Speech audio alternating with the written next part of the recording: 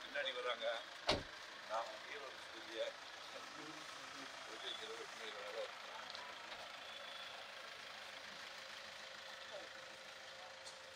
அப்படியே நின்று ஒரே ஒரு போட்டோ மட்டும் அப்படியே wait okay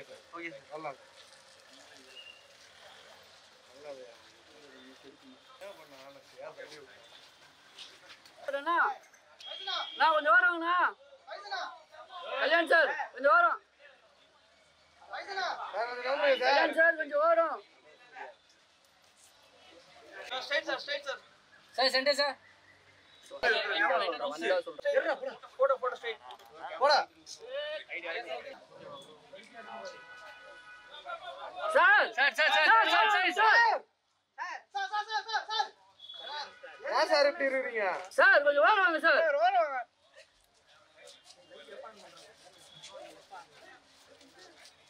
sir wait sir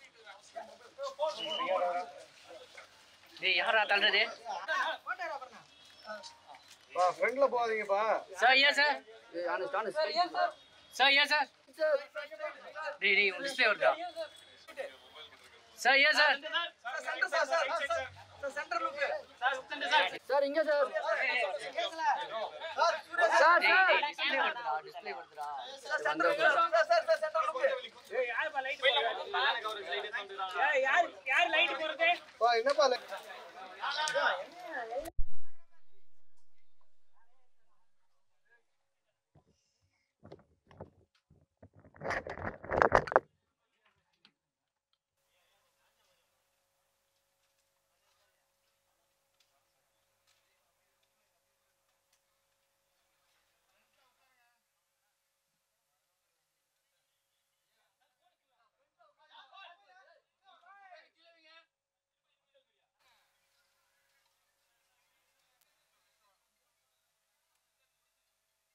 என்ற விவேகானந்தரின் வாய்மொழிக்கேற்ப முயற்சிகளால் முழுநிலவு அடைய இன்னல்கள் பல கடந்து இறுக்கமான சூழ்நிலையில் படிப்பே தன் பேராயுதம் என்று பார்ப்போற்றும் உலகில் பல மனிதர்கள் மத்தியில் பண்பாய் படித்து அதில் சிறந்து அவை மகிழ கல்வி விருது பெற வருகை புரிந்திருக்கும் அன்பு தம்பி தங்கைகளுக்கும் அந்த பொக்கிஷங்களை தரணிக்கு காண்பித்த பெற்றோர் பெருமக்களுக்கும் வலியென நினைக்கும் எந்த கல்லும் சிலையாகாது என்ற கூற்றிற்கேற்ப பல சிற்பங்களை செதுக்கி கொடுத்த ஆசிரிய பெருமக்களுக்கும் நல்லதோர் நிகழ்வை நாளும் போற்றும் வகையில் சிறப்பிக்க வருகை புரிந்திருக்கும் சிறப்பு விருந்தினர்கள் உங்கள் அனைவருக்கும் சிவகுமார் கல்வி அறக்கட்டளை சார்பாகவும் அகரம் அறக்கட்டளை சார்பாகவும் வணக்கத்தை தெரிவித்துக் கொள்கிறோம்.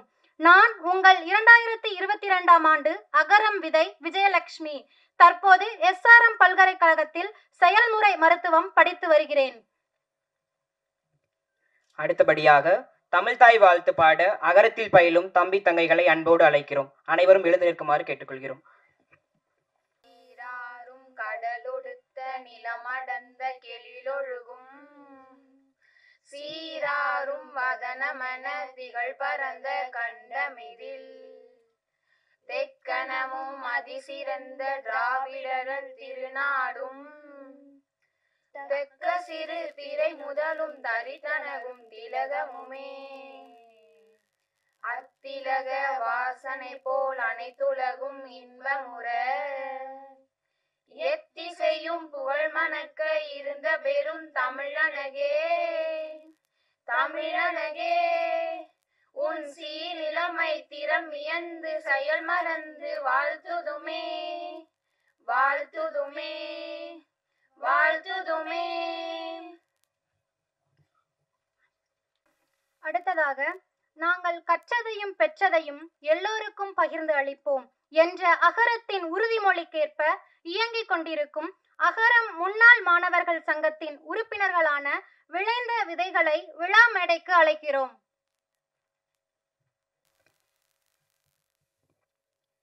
அவையோர் அனைவருக்கும் மாலை வணக்கம்.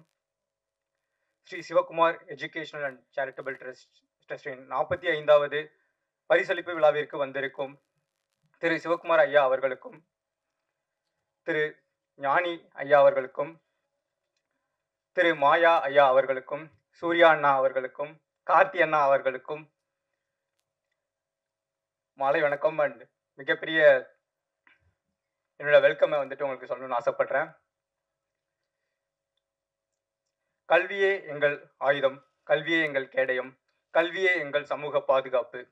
இது வெறும் வாக்கியம் இல்லை, எங்களோட வாழ்வாதாரம். நான் மனோஜ்குமார், அகரத்தின் 2015ஆம் ஆண்டு விதை.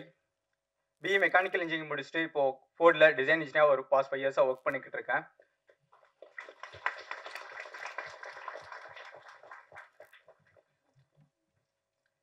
இப்போ அகரத்தோட அலுமினி அசோசியேஷனோட பிரசிடென்ட்டாக எலெக்ட் ஆகி இப்போ அதோட முன்னெடுப்பு எடுத்து ஒர்க் பண்ணிக்கிட்டு இருக்கேன். இந்த அகரம் அலுமினி அசோசியேஷன் எதுக்காக ஃபார்ம் பண்ணோம்னா, இது என்னன்னா பேசிக்கலி எங்களோட அலுமினிஸ் எல்லாருமே ஒரே கூட்டமைப்பில் இருந்து எங்களால் முடிஞ்ச முன்னெடுப்புகளை நம்ம அலுமினிஸ்க்கும், நம்ம அகரமுக்கும், நம்ம சமூகத்துக்கும் எந்த விதத்தில் கொண்டு போகலாம் அப்படின்ற ஒரு பேசிக்கான ஐடியாஸில் தான் இந்த அசோசியேஷன் ஃபார்ம் பண்ணி ஒர்க் பண்ணிக்கிட்டு இருக்கோம். ஸோ அதில் நிறைய அப்ஜெக்டிவ்ஸ், நிறைய நோக்கங்களோட இந்த விஷயங்கள் முன்னெடுத்து கொண்டு வந்திருக்கோம். ஸோ அதில் ஒரு சில முக்கியமான முன்னெடுப்புகளை உங்கள் முன்னாடி ஷேர் பண்ணணும்னு ஆசைப்பட்டோம். ஸோ அதை சுரேஷ் ஷேர் பண்ணுவாங்க. எல்லாருக்கும் வணக்கம். என்னோட பேர் சுரேஷ். ஸோ அகரத்தின் விதை திட்டத்தின் மூலமாக 2015ஆம் ஆண்டு தேர்ந்தெடுக்கப்பட்ட மாணவன் நான். ஸோ இன்னைக்கு ஒரு ஐடி கம்பெனியில் சீனியர் சாஃப்ட்வேர் டெவலப்பராக ஒர்க் பண்ணிட்டு இருக்கேன். ஸோ அகரம் அலுமினி அசோசியேஷன் அல்லது அகரம் முன்னாள் மாணவர் சங்கம், இதோட நோக்கங்கள் ரொம்ப நோக்கங்கள் இருக்குது. அதில் மிக முக்கியமான 3 நோக்கங்களை இங்கே நான் சொல்லணும்னு ஆசைப்படுறேன். முதல் நோக்கமாக நாங்கள் பார்க்குறது மெடிக்கல் கேம்ப்ஸ். ஸோ இன்னுமே சரியான மருத்துவ வசதி சென்றடையாத பல குக்கிராமங்களும் மலை கிராமங்களும் இருக்குது. ஸோ அங்கே எங்களால் முடிஞ்ச மருத்துவ உதவிகளை தரணும்னு நினைக்கிறோம். அதுவும் இந்த அகரம் மூலமாக படித்து இன்னைக்கு பல இடங்களில் பல நிலைகளில் டாக்டராகவும் நர்ஸாகவும் பல கிரிட்டிக்கல் கேர் யூனிட்டில் டெக்னீஷியன்ஸாகவும் இருக்கிற அகரம் முன்னாள் மாணவர்களை வைத்து. இது முதல் விஷயம். ஸோ ரெண்டாவது விஷயம் ஸோ அகரமில் நான் முன்ன சொன்ன மாதிரி பல துறைகளில் பல நிலைகளில் நிறைய மாணவர்கள் இருக்காங்க, வேலையில் இருக்காங்க. சில பேர் கவர்மெண்ட் ஜாப்ஸில் இருக்காங்க, சில பேர் ஒரு மேனேஜர் லெவலில் இருக்காங்க. ஸோ இவங்க மூலமாக அகரமில் படிக்கிற மாணவர்களுக்கும் சமூகத்துக்கும் நம்மளால் திருப்பி என்ன தர முடியும் அப்படிங்கிறத நோக்கமாக வச்சுக்கிட்டு, ஸோ அவங்கக்கிட்ட இருக்கிற டெக்னிக்கல் ஸ்கில்ஸாக இருக்கலாம், இல்லை ஒரு டாக்டர் இருக்காங்கன்னா அவங்கக்கிட்ட இருந்து ஒரு கன்சல்டேஷனாக இருக்கலாம். இந்த மாதிரி விஷயங்களை அகரம் மாணவர்களுக்கும் அகரம் சார்ந்த எல்லாருக்கும் இந்த சமூகத்திற்கும் தரணும்னு ஆசைப்படுறோம். இது ரெண்டாவது விஷயம். மூணாவது விஷயம், பப்ளிக் ஈவெண்ட்ஸ் மூலமாக அகரமுக்கு புதிய வாலண்டியர்ஸை கொண்டு வர்றது. இந்த கல்விங்கிறது மிக எட்டாத கனியாக இன்னும் பல இடங்களில் இருக்குது ஆக்சுவலாக. ஸோ இப்போ நாங்கள் ஒரு மலை கிராமங்களில் போய் ஒரு தேடல் பண்ணோம் ஆக்சுவலாக இந்த செலெக்ஷன் ப்ராசஸில்.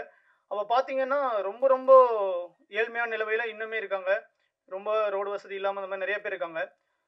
ஸோ அதுக்கு என்ன பண்ணலாம் அப்படின்னு பார்க்கும்போது அகரம் அலுமினி அசோசியேஷன் அதுக்காக நிறைய முயற்சிகள் எடுத்துகிட்டு இருக்காங்க. தொடர்ந்து செலெக்ஷன் ப்ராசஸ்லாம் போயிட்டு தான் இருக்காங்க. ஸ்டில் எங்களுக்கு இன்னுமே நிறைய வாலண்டியர்ஸ் தேவைப்படுறாங்க. அதுக்காக சமூகம் சார்ந்த நிகழ்வுகள் மூலமாக புதிய தன்னார்வலர்களை அகரம் உள் இணைய வைத்தல், இந்த மாதிரி 3 மெயினான விஷயங்கள் வச்சுருக்கோம். சப்போஸ் நான் ஒரு பொதுவான ஜனமாக இருக்கேன், எனக்கும் அகரமில் தொடர்ந்து பயணிக்கணும்னு ஆசைப்பட்றேன், இல்லை எனக்கும் இந்த அகரமோட செலெக்ஷன் ப்ராசஸ்லையோ இல்லை ஏதோ ஒரு விதத்தில் உள்ளே வரணும் அப்படின்னு நினைக்கிறேன்னா தாராளமாக வரலாம். ஸோ அது உங்கள் டைமாக இருக்கலாம், இல்லை உங்கள் ஃபினான்ஷியல் கான்ட்ரிபியூஷனாக இருக்கலாம், இல்லை என்ன விஷயமா வேணாலும் இருக்கலாம். பட் நிறையா பசங்க இந்த மாதிரி நிறையா பசங்க இன்னும் வாய்ப்புக்காகவும் உதவிக்காகவும் வெயிட் பண்ணிட்டு இருக்காங்க. ஸோ நம்மளால் முடிஞ்ச உதவியை நாம் பண்ணுவோம் அப்படின்னு கேட்டுட்டு விடைபெறுறேன். நன்றி, வணக்கம். நன்றி அண்ணா. வரவேற்புரை எதுக்காக முன்னாள் மாணவர்கள் பேசினாங்க அப்படின்னா, விதைத்த விதைகள் எல்லாம் எவ்வாறு விருட்சமாக ஆகியிருக்குது என்பதை நம்ம அனைவரும் கண்முனே பார்த்துருப்போம். அதனால முன்னாள் மாணவர்கள் சார்பாகவும் இந்நாள் மாணவர்கள் சார்பாகவும் உங்கள் அனைவரையும் வருக வருக என மீண்டும் ஒருமுறை வரவேற்றுக் கொள்கிறேன். ஸ்ரீ சிவகுமார் கல்வி அறக்கட்டளை குடும்ப சூழல் மற்றும் சமூக தடைகளை கடந்து 12ஆம் வகுப்பு பொதுத் தேர்வில் சிறந்த மதிப்பெண் எடுத்து முதல் முறையாக கல்லூரிக்கு செல்லும் மாணவர்களை ஊக்கப்படுத்தும் விதமாக 44 வருடம் தொடர்ந்து இவ்விழாவினை சிறப்பித்து வருகிறது. ஒரு அறப்பணியை 44 ஆண்டுகள் தொடர்ச்சியாக செய்வதற்கு அதீத உழைப்பும் சலிக்காத ஆர்வமும் வேண்டும். ஆம், உண்மைதான். இதோ 45வது விருது வழங்கும் விழா. விழாவின் நாயக்கர்களாக இருக்கும் மாணவர்களுக்கு விருது வழங்க மேடையில் இருக்கும் சிறப்பு விருந்தினர்களை அன்போடு அழைக்கிறேன். முதலாவதாக ரக்ஷினி. கண்ணொளி இல்லை என்றாலும் கல்வி எனும் பார்வையால் படித்து சிறுமலர் மேல்நிலைப் பள்ளி அளவில் முதலிடம் பெற்று சமுதாயத்தை மாற்றும் ஒரே வழி சமூக கல்வியே என அரசியல் ஆழம் புரிந்து இளங்கலை பொலிட்டிக்கல் சயின்ஸ் படிக்கும் மாணவி ரக்ஷினி அவர்களை வாழ்த்துவதில் இம்மேடை பெருமிதம் கொள்கிறது.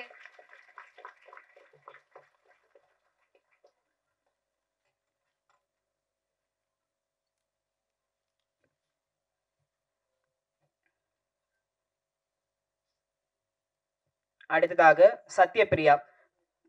பெற்றோர்கள் இருவரும் மாற்றுத்திறனாளி. தமக்கு பிறந்த பெண் குழந்தையும் கண் தெரியவில்லை என்று விட்டுவிடாமல் படிக்க வைத்து அக்குழந்தையை நன்கு படிக்க வைத்து 12ஆம் வகுப்பில் புயலில் 100% வாங்கியுள்ளார். தன்னால் உலகை பார்க்க முடியவில்லை என்றாலும் படிப்பால் உலகை தன்வசம் ஆக்கியவள் சத்யபிரியா. இப்பொழுது எத்திராஜ் மகளிர் கல்லூரியில் இளங்கலை ஆங்கிலம் பயின்று வருகிறார். அவர்களை வரவேற்பதில் பெருமகிழ்ச்சி அடைகிறோம்.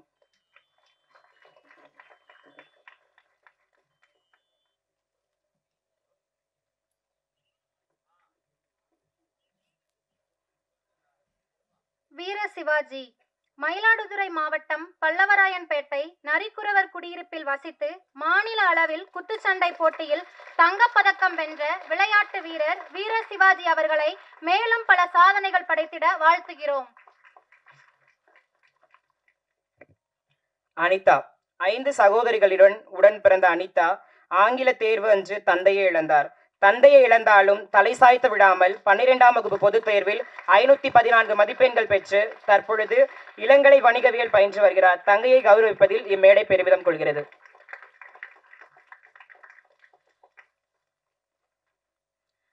அபிராமி. தந்தையோ உடனில்லை, தாயோ மாற்றுத்திறனாளி, தமையனோ துணிக்கடையில் பகுதி நேர தொழிலாளி.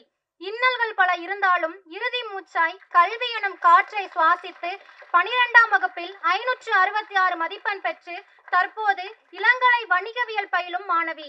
விக்ரமசிங்கபுரத்தில் இருந்து விளையாட்டு பிரிவில் மாநில அளவிலான கைப்பந்து போட்டியில் பரிசு பெற்றுள்ளார். வாழ்த்துக்கள் தங்கையே. பார்த்தசாரதி. ஆதி திராவிட நலப்பள்ளியில் படித்து ஜேஇ நுழைவுத் தேர்வில் 112 மதிப்பெண்கள் பெற்ற விருதுநகரைச் சேர்ந்த ஆட்டோ ஓட்டுநரின் மகன் பார்த்தசாரதிக்கு சென்னை IITயில் பயில வாய்ப்பு கிடைத்துள்ளது. மேலும் பல சாதனைகள் புரிந்திட வாழ்த்துக்கள்.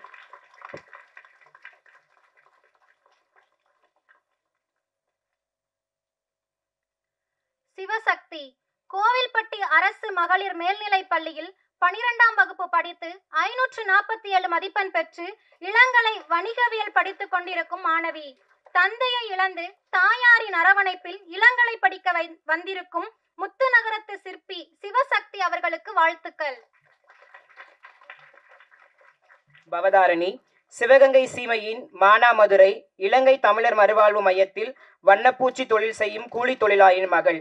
கல்வி வளம் தேடி வட்டமிட்ட வண்ணத்து பூச்சி இவள். தற்பொழுது இளங்கலை வணிகவியல் பயின்று வருகிறாள். வாழ்த்துக்கள் தங்கையே.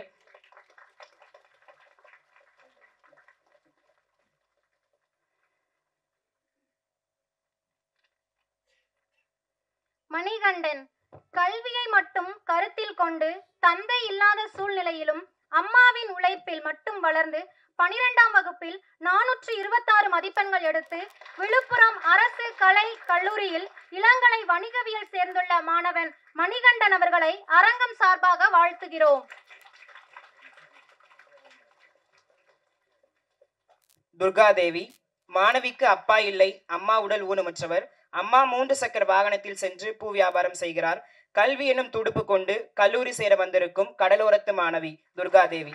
தற்போது குந்தவை நாச்சியார் அரசு கலை கல்லூரியில் இளங்கலை வணிகவியல் படித்து வருகிறார். வாழ்த்துக்கள் தங்கையே.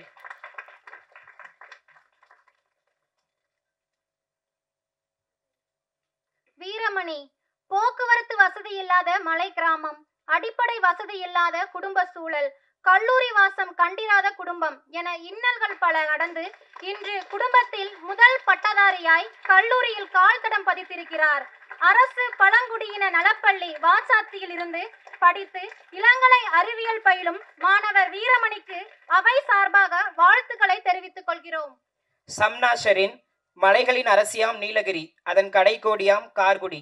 ஆம், கார்குடி அரசு பழங்குடியின உண்டு உறைவிட பள்ளியிலிருந்து கல்வி எனும் கரத்தை கொண்டு 533 மதிப்பெண்கள் பெற்று தற்போது கூடலூர் அரசு கலைக்கல்லூரியில் இளங்கலை வணிகவில் பயின்று வரும் தங்கைக்கு அரங்கத்தின் சார்பாக நன்றி. ராவணி, கனவு காணுங்கள் என்ற அப்துல் கலாம் வரிகளை லட்சியமாக கடைபிடித்து அதில் வெற்றி பெற்று வாகையும் சூடியிருக்கிறாள். சேலம் வீரபாண்டி அரசு பள்ளி மாணவி. ஆம், இன்ஜினியரிங் தரவரிசையில் 7.5% இடஒதுக்கீட்டில் மாநில அளவில் முதலிடம் பிடித்து முத்திரை பதித்திருக்கிறார். தறி ஓட்டும் தொழிலாளியின் மகள் இன்று தரணி ஆள வந்துள்ளார்.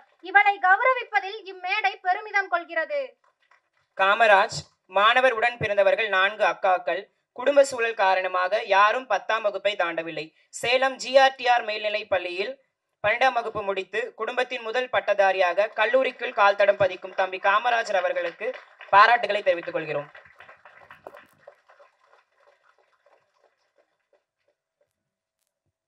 சுமையா பானு, அரசு பழனி பெண்கள் மேல்நிலை பள்ளியில் படித்த மாற்றுத்திறனாளி மாணவி இவள். ஒரு கண் மற்றும் ஒரு சிறுநீரகத்துடன் உயிர் பிழைத்த மாணவி. தான் 12ஆம் வகுப்பு படிக்கும் பொழுது இதய சிகிச்சை நடைபெற்று வந்த நிலையிலும் தன் விடாமுயற்சியால் 540 மதிப்பெண்கள் பெற்று சாதனை படைத்த மாணவி சுமையா பானு அவர்களுக்கு பாராட்டுகளை தெரிவித்துக் கொள்கிறோம்.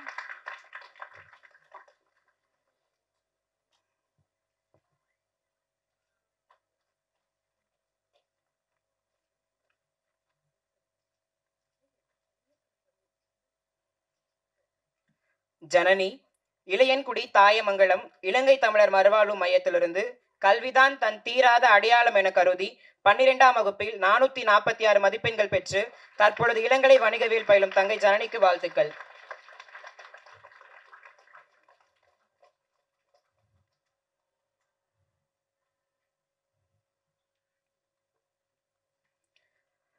யாதும் ஊரே யாவரும் கேளீர் என்ற கூற்றிற்கேற்ப 2024ஆம் ஆண்டு அகரம் விதை திட்டத்தின் மூலமாக பல்வேறு மாநிலங்களைச் சேர்ந்த மாணவர்கள் தேர்ந்தெடுக்கப்பட்டு கல்வி பயின்று வருகிறார்கள். அவற்றில் மணிப்பூரை சேர்ந்த மாணவி கோல்ஹென்ட்,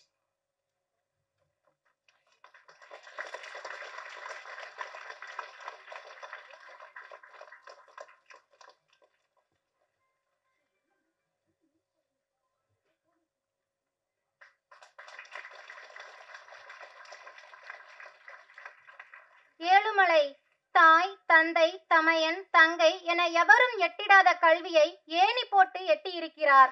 புளியம்பட்டி அரசு ஏகலைவா மாதிரி பள்ளியில் படித்த மாணவர் 347 மதிப்பெண் பெற்று தற்போது இளங்கலை தாவரவியல் படிக்கும் ஜமுனா மரத்தூர் மலை கிராமத்து மாணவர் ஏழுமலை. வாழ்த்துக்கள் தம்பி.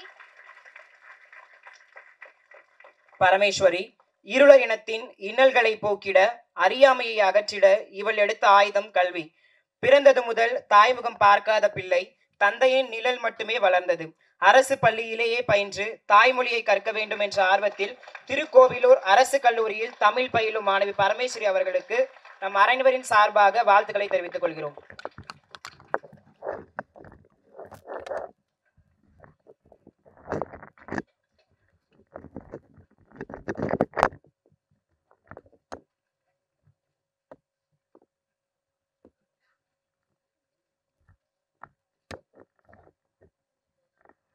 மணிவேல், வேலூர் மாவட்டத்தில் பிறந்த இவர் தாய் தந்தை இருவரையும் இழந்த நிலையில் அக்காவின் உதவியால் மதுரை கள்ளுப்பட்டியில் தனது பள்ளி படிப்பை முடித்து இன்று சென்னை மாகாணத்தில் உள்ள தனியார் கல்லூரியில் பயின்று வருகிறார். அவரை அவை சார்பாக வாழ்த்துகிறோம். பிரியதர்ஷினி, பன்ருட்டி அரசு உதவி பெறும் பள்ளியில் படித்து 12ஆம் வகுப்பில் 416 மதிப்பெண்கள் பெற்று இளங்கலை கணினி அறிவியல் பயிலும் மாணவி பிரியதர்ஷினிக்கு வாழ்த்துக்கள். 3 மாத குழந்தையாக இருக்கும்போது தந்தை இழந்தவர். தள்ளாடும் வயதிலும் தன்னம்பிக்கை இழக்காமல் கூலி வேலை செய்து தன் பேத்தியின் கனவை நினைவாக்கி இருக்கும் பிரியதர்ஷினி தாத்தா பாட்டிக்கும் அரங்க மதிர வாழ்த்துக்கள். சௌந்தர்யா, சிறு வயதில் தந்தை இழந்த இவர் தனது 6 வயது முதல் ரெட்டியார்பட்டி அரசு குழந்தைகள் காப்பகத்தில் தங்கி பள்ளி படிப்பை முடித்துள்ளார். ஆசிரியர்களின் உதவியால் தற்போது ராணி அண்ணா கல்லூரியில் இளங்கலை சமூகவியல் படிக்கும் தென்காசியின் சாரல் சௌந்தர்யா அவர்களை அவையின் சார்பாக வாழ்த்துகிறோம். மனோமோகன் மேற்கு தொடர்ச்சி மலையின் கடைக்கோடியில் இருக்கும் 10 காணி அரசு மேல்நிலைப் பள்ளியில் பள்ளி படிப்பை முடித்தார். 348 மதிப்பெண் பெற்று இளங்கலை கணினி அறிவியல் பயிலும் மாணவன். கல்வி வெளிச்சம் தேடி அடைந்த மாணவன் மனுமோகனுக்கு கை கொடுப்பதில் இம்மேடை பெருமிதம் கொள்கிறது. தாரிணி, பட்டங்கள் ஆள்வதும் சட்டங்கள் செய்வதும் பாரினில் பெண்கள் நடத்த வந்தோம் என்ற பாரதியின் கூற்றுப்படி கோவை சட்டக்கல்லூரியில் சட்டம் பயிலும் மாணவி தாரிணி யார் என்று தெரியுமா? நம் சிவகுமார் ஐயா படித்த சூலூர் பள்ளியில் 565 மதிப்பெண் பெற்று முதல் மாணவி. கோவைக்கு அழகு சேர்க்கும் கல்வி மகள் தாரணியை கௌரவிப்பதில் இம்மேடை பெருமிதம் கொள்கிறது.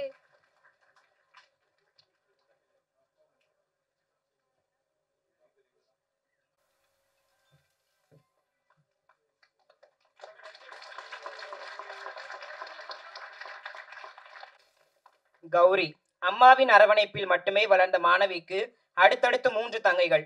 குடும்பத்தின் முதல் பட்டதாரி. 12ஆம் வகுப்பில் 434 மதிப்பெண் பெற்று தற்பொழுது இளங்கலை வணிகம் படிக்கும் மாணவி. மண்ணச்சநல்லூர் மாண்புமிகு மாணவி கௌரி அவர்களை அரங்கம் சார்பாக வாழ்த்துகிறோம். தர்ஷினி, கோத்தகிரி தேயிலை தோட்டத்தில் வசிக்கும் கூலி தொழிலாளரின் மகள். தந்தை பக்கவாதத்தால் பாதிக்கப்பட்டவர். தமையன் விபத்தினால் எலும்பு முறிவு ஏற்பட்டவர். உடன் இருந்ததோ வறுமை, உந்து விசையோ கல்வி. 12ஆம் வகுப்பில் 484 மதிப்பெண் பெற்று பட்டய கணக்காளர் படிக்கும் மாணவி தர்ஷினிக்கு நாம் அனைவரின் சார்பாகவும் வாழ்த்துக்களை தெரிவித்துக் கொள்கிறோம்.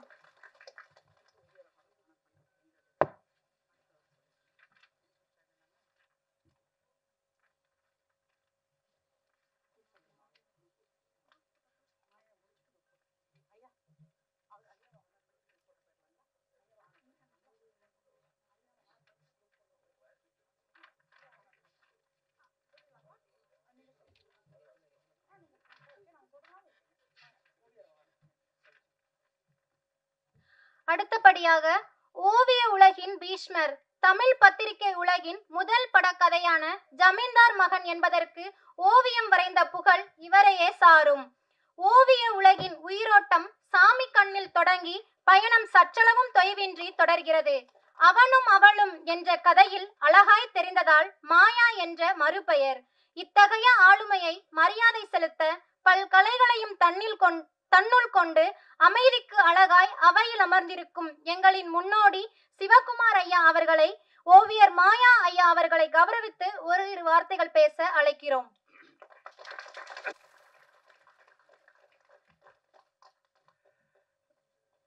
அனைவருக்கும் வணக்கம். தமிழ்நாட்டில் ப்ரஷ் பிடிச்சி வாழ்நாள் முழுக்க நான் வரைஞ்சி தான் தீர்வேன்னு 97 வயசு வரைக்கும் வாழ்ந்துட்டு ஒரு மகத்தான மனிதனை பாராட்டுவதில் நான் பெருமைப்படுகின்றேன். நான் ஒரு நல்ல ஓவியம்தான். ஏன்னா எங்கள் ஷியாம் வந்திருக்காங்க, மன்னியம் செல்வன்லாம் வந்திருக்காங்க. நான் நல்ல ஓவியம்தான். பட் நான் பயந்தாங்கொள்ளி ஒரு 7 வருஷம் ஓவியம் படிச்சுட்டு ஓடி போயிட்டு நடிகர் ஆனதுனால தான் இந்த விழாவை நடக்குது. அதையும் ஞாபகம் வச்சுக்கணும் நீங்கள். அதனால் மாயா அவர்களை பற்றி ஒரு சின்ன ஒரு 10 வரி மட்டும் படிச்சிடுறேன். 1927 திருநெல்வேலியில் பிறந்தவர். இப்போ அவருக்கு 97 வயசு ஆகுது. என்ன 3 வருஷம்தான் 100 தொடருக்கு. 100 தொற்றுவார். நம்மளை பயப்பட வேண்டிய அவசியம் இல்லை. சொந்த பெயர் மகாதேவன். பிரிட்டிஷ் அரசாங்கத்தில் அப்பா சர்வராக வேலை பார்த்ததுனால அடிக்கடி ஊர் மாற்றிட்டே இருந்திருக்காங்க.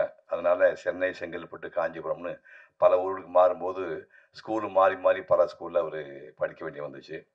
சின்ன வயசுலேயே படம் வரையில் அவருக்கு ஆர்வம் வந்திருக்குது. இந்த சினிமா போஸ்டர் படங்களில் பிரிண்ட் செய்யறதுக்கு மெட்டல் என்கிரேவிங்னு ஒரு சிஸ்டம் உண்டு. அது அந்த என்கிரேவிங் பண்ணுறது இவர் பார்த்து ஓவியம் வரையில் அவருக்கு ஆர்வம் வந்துச்சாமா. பள்ளிக்கூடத்தில் ஸ்டூடெண்ட்ஸும் வாத்தியார்களும் இந்த மாதிரி ரெக்கார்டு நோட்டில் அந்த படம் போடுறதுன்னா அது ரொம்ப கஷ்டம். இப்போ முதுகு தண்டு படமெல்லாம் ஈஸியாக வரைய முடியாது. இவருக்கு அந்த மாதிரி நிறைய பேருக்கு படம் வரைஞ்சி கொடுத்து காலனா அலையனா சாக்லேட்டு மாதிரி அந்த கால சாக்லேட் எது வேறு பப்பரம் மட்டும் வாங்கி கொடுத்துருப்பாங்க போல இருக்கு. நான் அதே மாதிரி முதுகு தண்டு என் கிளாஸ்மேட்ஸ்க்கெல்லாம் வரைஞ்சி கொடுத்து நான் அந்த மாதிரிலாம் பொருளாக வாங்கியிருக்கேன். அந்த மாதிரி ஸ்கூலில் இவர் பண்ணியிருக்கிறாரு. எஸ்எஸ்எல்சி தேர்வில் இவர் அவுட்டு, நான் தாண்டி வந்துட்டேன்.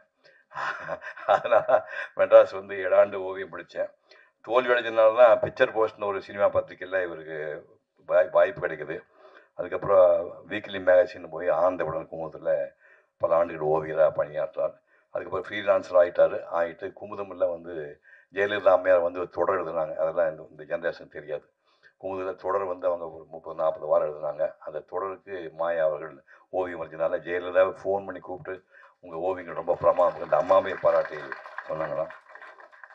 ஒரு கட்டத்தில் கிளைமாக்ஸ் அவருக்கு இப்படியே உத்து பார்த்து படம் வந்தீங்கன்னா இன்னும் 6 மாதத்துக்குள்ளே டோட்டலாக பிளைண்ட் ஆகிட போகிறீங்க, ஒரு கண் பார்வை போயிட போகுதுன்னு சொன்ன உடனே வீட்டில் உள்ளவங்க 4 பொண்ணுங்க ஒரு பையன் மருமகுமார் பேரன் பேத்தி அழுகுறாங்க. நீ இனிமேல் படமாக வரையா, நீ உயிரோடு இருந்தால் போதும் படம் வரையான்னு சொல்லிட்டு 10 ஆண்டுகள் கையை கட்டி போட்டாங்க அவனுக்கு.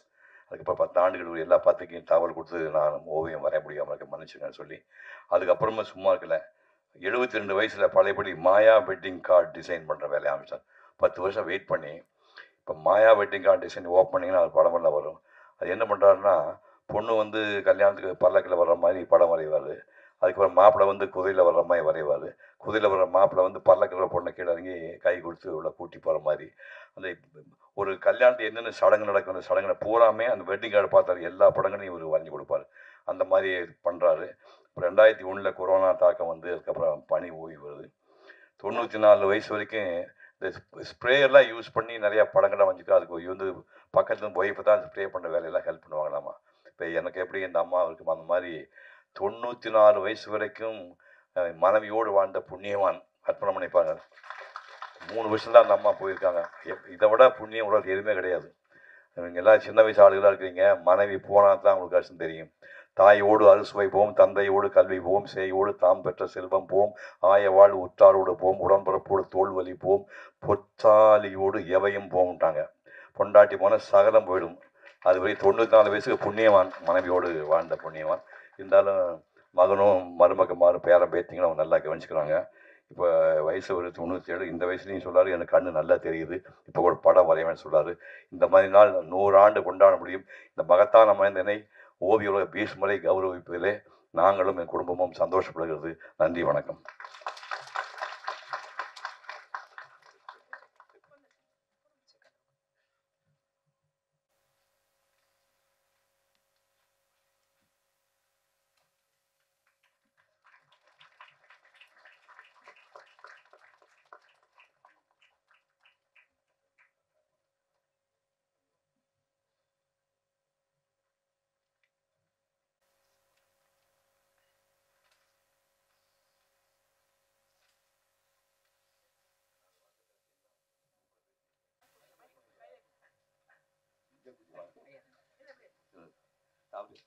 மைக்கில் பேசிங்கன்னா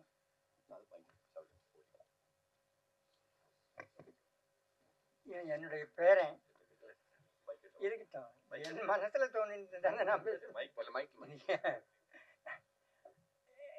இவருடைய ஒய்ஃபும் டாக்டரு, இவன் தம்பி லாயரு, என் பையன் லாயரு, அவன் ஒய்ஃபும் லாயரு. ஏதோ ஆண்ட முன்னியத்தில் இந்த குடும்பம் வந்து இந்த அளவுக்கு இருக்கிறதுக்கு நான் இவங்களை போல நல்ல வார்த்தை சொல்லும்படியா ஆண்டவன் என்னை வந்து வச்சதுனால நான் வந்து இந்த மேடையில் இருக்கேன். ஏன்னா லைஃப்பில் நம்ம செய்கிற வேலையை ஒழுங்காக செய்தால் போகிறோம், வேறு ஒன்றும் வேண்டாம். எதுவும் எல்லாம் தன்னால் வரும். ஆனால் எதுக்கு ஆசைப்படாமல் இருக்கிறது தான் நம்மளுடைய வேலை. நம்ம வேலை ஒன்று தான் நமக்கு ஆண்டவன் கொடுத்த வரோம். அதை நம்ம ஒழுங்காக செய்தோம்னா எல்லாம் நல்லா கிடைக்கும். இது இவ்வளோ தூரம் நான் என் பையன் எல்லோரும் ஒரே குடும்பமாக இருக்கோம். எல்லாம் நல்லா எதிர்பார்த்ததே கிடையாது. ஏதோ ஆண்டவனாக பார்த்து நாங்கள் நல்லபடியாக நடந்துட்டு இருக்கோங்கிறதுனால கொடுத்ததுன்னு நினைக்கிறேன் நான். வணக்கம்.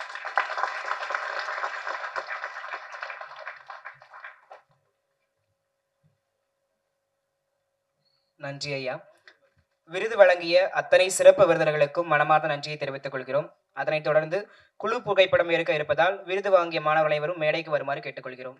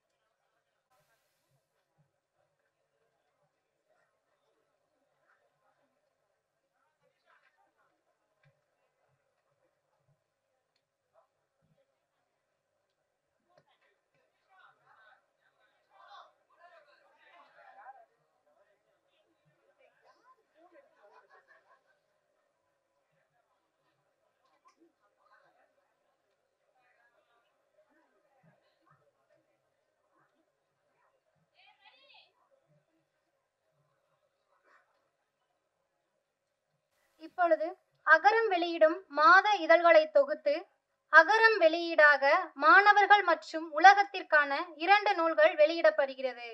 முதலாவதாக விஜயபாஸ்கர் விஜய் எழுதிய வகுப்பறை உலகம் என்ற நூலை அகரம் நிறுவனர் அண்ணா சூர்யா அவர்கள் வெளியிட அகரம் விதை மாணவர்கள் அதை பெற்றுக்கொள்கின்றனர்.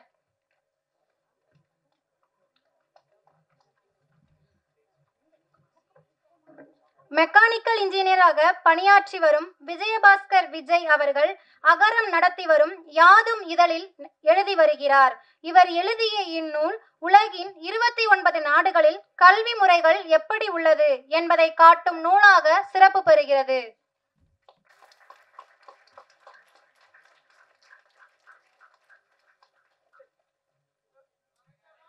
பேசும் குழந்தைகள் உழவன் அறக்கட்டளை நிறுவனர் அண்ணா கார்த்தி அவர்கள் வெளியிட அகர மாணவ செல்வங்கள் குழுவாக பெற்றுக்கொள்கின்றனர்.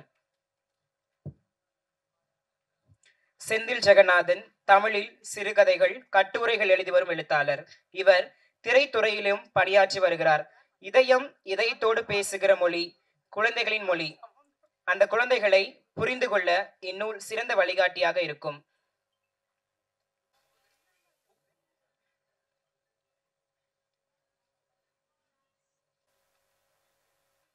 புத்தக வெளியீடு செய்த மற்றும் பெற்றுக்கொண்ட அத்தனை சிறப்பு விருந்தினர்களுக்கும் மனமார்ந்த நன்றி. புத்தகத்தின் ஆசிரியர் செந்தில் ஜெகநாதன் புத்தகத்தை பெற்றுக்கொள்கிறார். கல்வியில் வணிக நோக்கம் மிகுந்திருக்கும் இன்றைய நாட்களில் தாய் தமிழ் தொடக்க பள்ளியை நிறுவி தாய்மொழி கல்வியே சிறந்த கல்வி முறை என்று உறுதியுடன் நடத்தி வரும் திண்டிவனம் கல்வி மேம்பாட்டு குழுவுக்கு நன்றிகள். விளிம்பு நிலை மக்கள் அதிகம் வசிக்கும் பகுதியில் இலவச கல்வியை வழங்குவதோடு மதிய உணவு திட்டத்தை புரவலர்களின் உதவியுடன் மேற்கொண்டு முன்மாதிரி பள்ளியாக தொடர்ந்து வருகிறீர்கள். தாய்மொழி கல்விக்கு உறுதுணையாக கடந்த 15 ஆண்டுகளாக இலவச பள்ளியை நடத்திட தேவைப்படும் நிதி ஆதாரங்களில் சிறு பகுதியை தொடர்ந்து வழங்கி வருவதில் மகிழ்ச்சி அடைகிறோம். நிதி நல்கையை பெறுவதற்காக தாய் தமிழ் பள்ளி குழுவினர் அனைவரையும் மேடைக்கு அழைக்கிறோம்.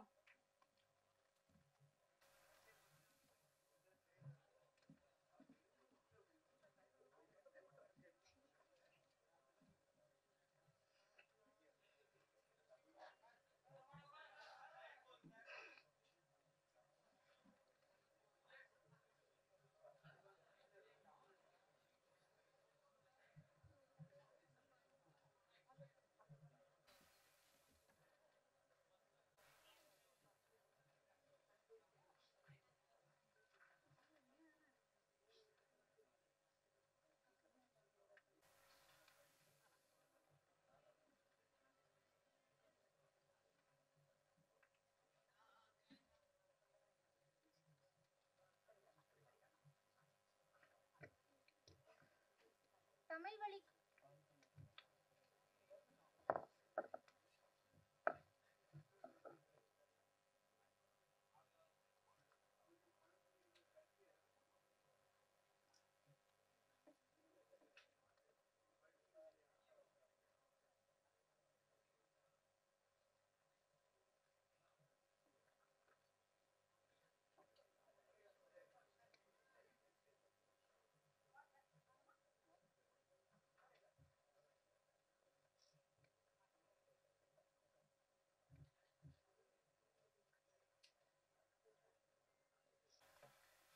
கிழக்கு தொடர்ச்சி மலையில் ஓங்கி உயர்ந்து நிற்கும் திருவண்ணாமலை மாவட்டம் ஜவ்வாது மலை அடிவாரத்தில் ஜமுனமரத்தூர் ஒன்றியம் கிளையூர் என்ற மலை கிராமத்தில் 1950ஆம் ஆண்டு இந்த ஊராட்சி ஒன்றிய தொடக்கப்பள்ளி தொடங்கப்பட்டது.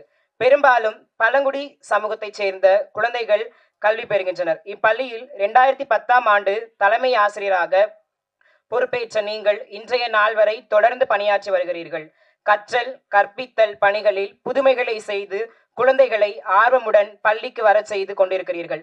இப்பகுதியில் கடந்த 14 ஆண்டுகளாக குழந்தை திருமணம் நடைபெறவில்லை என்பது உங்களின் தீவிர கண்காணிப்பு வட்டத்திற்குள் வைத்திருக்கிறீர்கள் என்பதை அறிய முடிகிறது. கிளையூர் ஊராட்சி ஒன்றிய தொடக்கப்பள்ளி தலைமை ஆசிரியர் திரு சங்கர் அவர்களை மேடைக்கு அழைக்கிறோம்.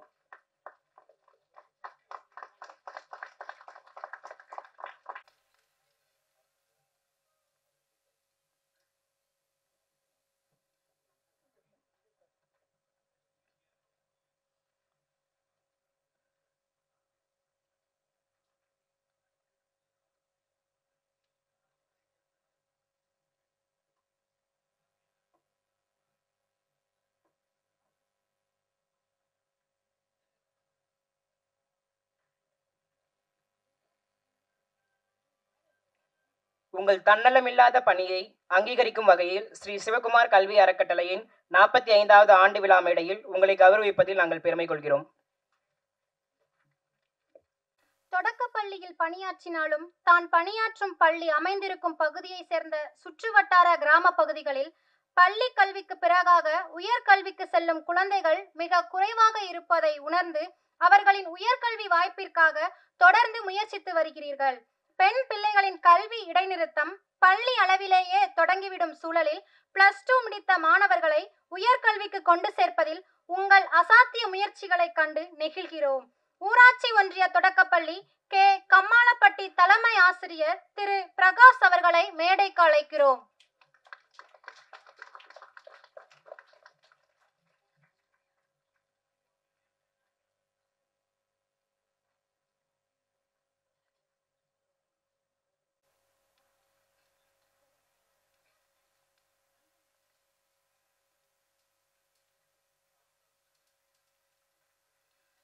உங்கள் தன்னலமில்லாத பணியை அங்கீகரிக்கும் வகையில் ஸ்ரீ சிவகுமார் கல்வி அறக்கட்டளையின் 45வது ஆண்டு விழா மேடையில் கௌரவிப்பதில் நாங்கள் பெருமை அடைகின்றோம். நன்றி ஐயா.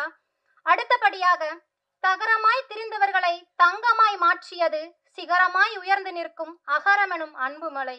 இவ்விழாவில் பங்கு பெற்ற ஒரு சில மாணவர்களை அவர்களுடைய அனுபவங்களை பகிர்ந்து கொள்ளுமாறு கேட்டுக்கொள்கிறோம்.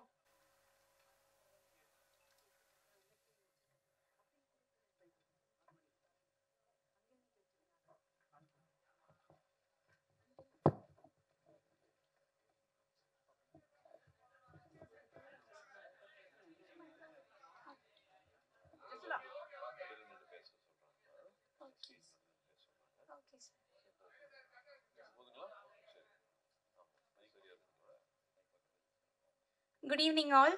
My name is Satyapriya. நான் மதுரையிலேருந்து வந்திருக்கேன். நான் எதிராஜ் காலேஜில் பிஏ இங்கிலீஷ் லிட்ரேச்சர் படிக்கிறேன். என்னோட அம்மா அப்பா 2 பேருமே பிளைண்டு, நானும் பிளைண்டு. நான் வந்து Chennai little flower convent higher secondary school for the visually இம்பேர்டில் படிச்சிருக்கேன். Thank you Shri Sivakumar sir charitable trust and Agaram charitable trust. Thank you sir. Thank you so much for your wonderful award. Thank you sir.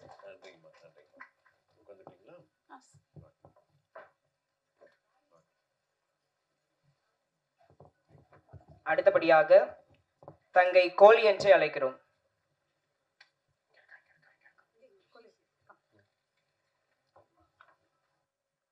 Good evening everyone.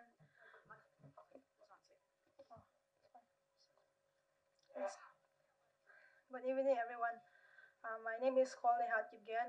I'm from Manipur. Tonight I would like to share something about Manipur.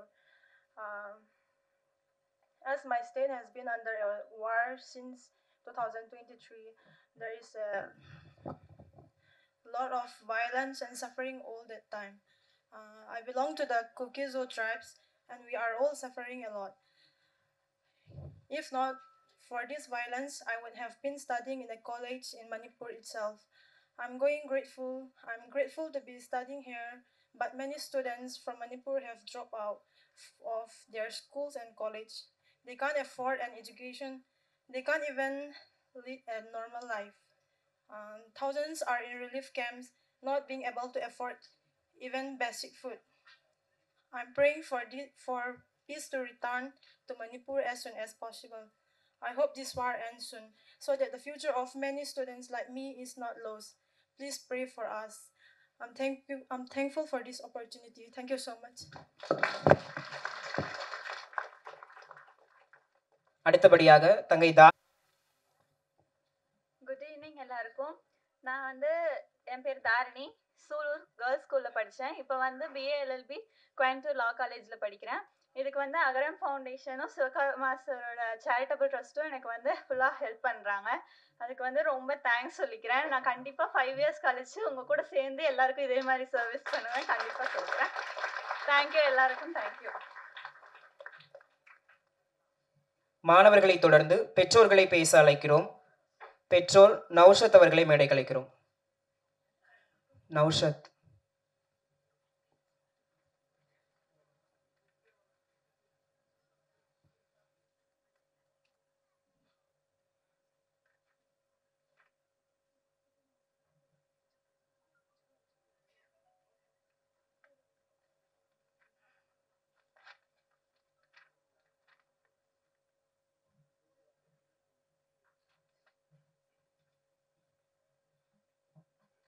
இங்கு வந்திருக்கும் அனைவருக்கும் என் முதல் நன்றியை தெரிவித்துக் கொள்கிறேன். கல்விக்காக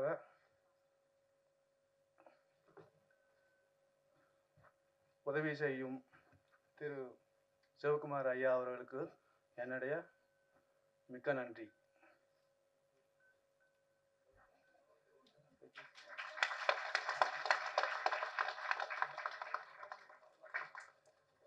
நன்றி ஐயா. இந்த அரங்கையும் எங்கள் உள்ளங்களையும் உணர்ச்சிகளால் உறைய வைத்த மாணவர்களுக்கும் அவர்களின் பெற்றோர்களுக்கும் எங்களின் மனமார்ந்த நன்றிகளை தெரிவித்துக் கொள்கிறோம். விழாவின் தொடர்ச்சியாக ஊதுகுழலை கையில் எடுக்கும் பெண்கள் எழுதுகோலை கையில் எடுக்க வேண்டும். சிந்திக்கும் மூளை அவளுக்கும் உண்டு, நிந்திக்க வேண்டாம் அவள் திறமையை என்ற வரிகளை உண்மையாக்கி பெண் பிள்ளைகளை படிக்க வைத்துவிட கடும் முயற்சியில் தன் ஆசிரியர் பணியை அறப்பணியென செய்து கொண்டிருக்கும் கம்மாளப்பட்டி ஊராட்சி ஒன்றிய தொடக்கப்பள்ளி தலைமை ஆசிரியர் பிரகாஷ் அவர்களை கௌரவிப்பதில் இம்மேடை பெருமிதம் கொள்கிறது. அவரை ஓரிரு மணித்துளிகள் பேச அன்புடன் அழைக்கிறோம்.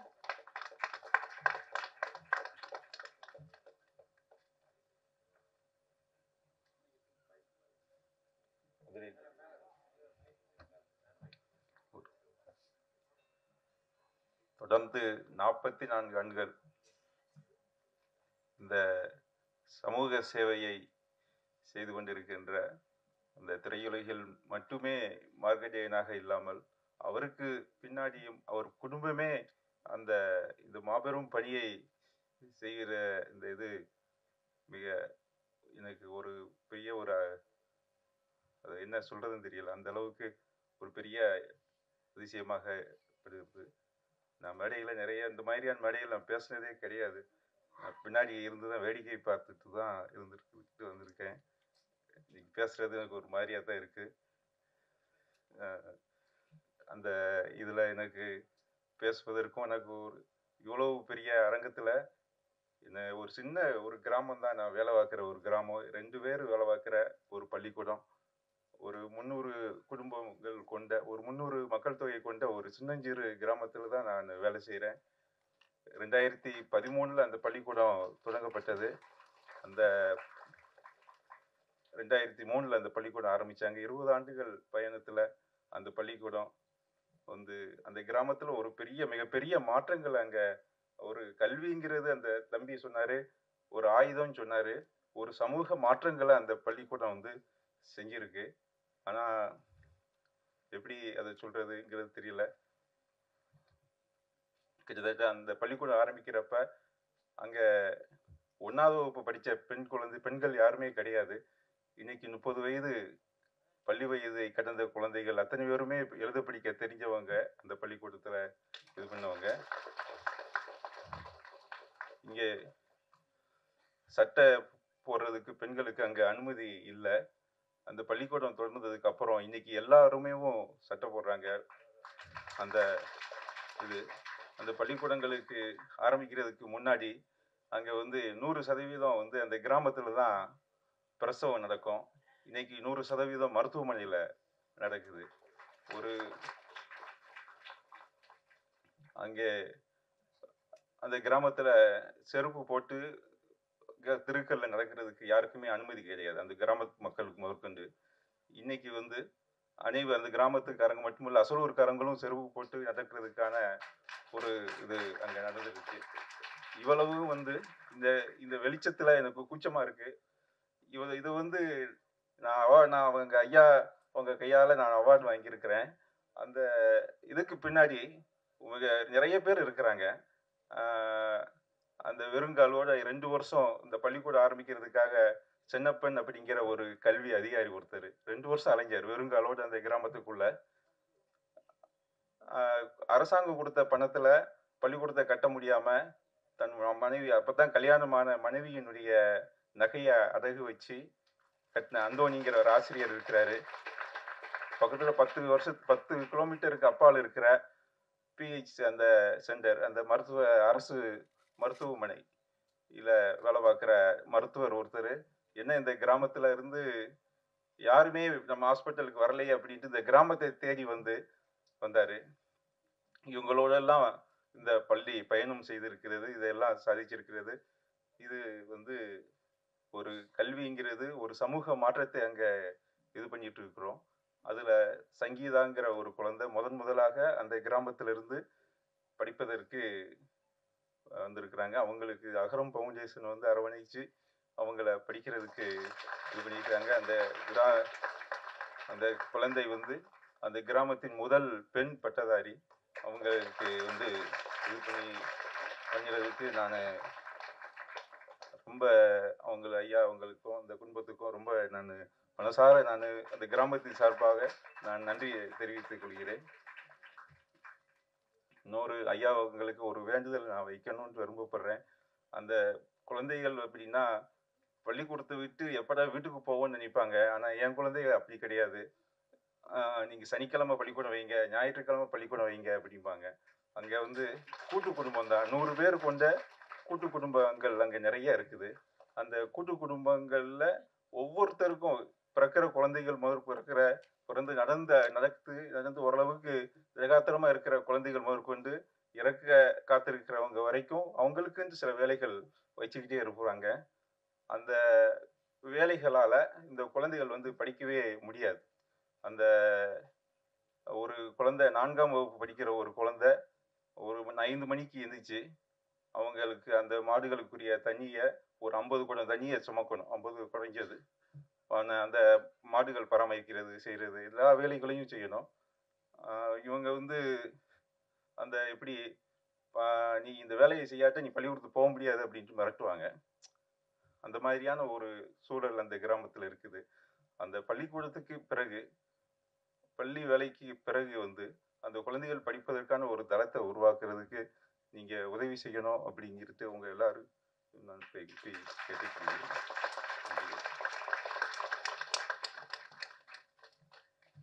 வார்த்தைகளால் வர்ணிக்க முடியவில்லை உங்கள் வாழ்நாள் சாதனைகளை எல்லாம். ஆசிரியர் பணியே அறப்பணி என ஐயா அவர்கள் செய்த பணிகளை நாம் காதார கேட்டு மகிழ்ந்தோம். அப்பள்ளியின் மாணவி சங்கீதா தற்பொழுது சென்னை செங்கல்பட்டு மருத்துவக் கல்லூரியில் பிசியோதெரப்பி பயின்று வருகிறார் என்பதை மகிழ்வோடு தெரிவித்துக் கொள்கிறோம். அடுத்தபடியாக இயல் இசை நாடகம் என முத்தமிழாய் போற்றி கல்யாணி என்ற பெயரை கல்வி மணியாக மாற்றிக்கொண்ட அவர் தாய் தமிழ் பள்ளிகளை தொடங்கியவர். அது மட்டும் இல்லாமல் தமிழக கல்வியாளர், மனித உரிமை செயல்பாட்டாளர், பழங்குடி பாதுகாப்பு போராளி என பன்முகங்களாக திகழும் நல் பண்பாட்டாளர். அகரம் தொடங்கிய காலத்திலிருந்து நம்முடன் பயணித்து வருகிறார். கற்போம் கற்பிப்போம் என்பதற்கு எடுத்துக்காட்டாக விளங்கிய கல்விமணி கல்யாணி ஐயா அவர்களை சிறப்புரை வழங்க அழைக்கிறோம்.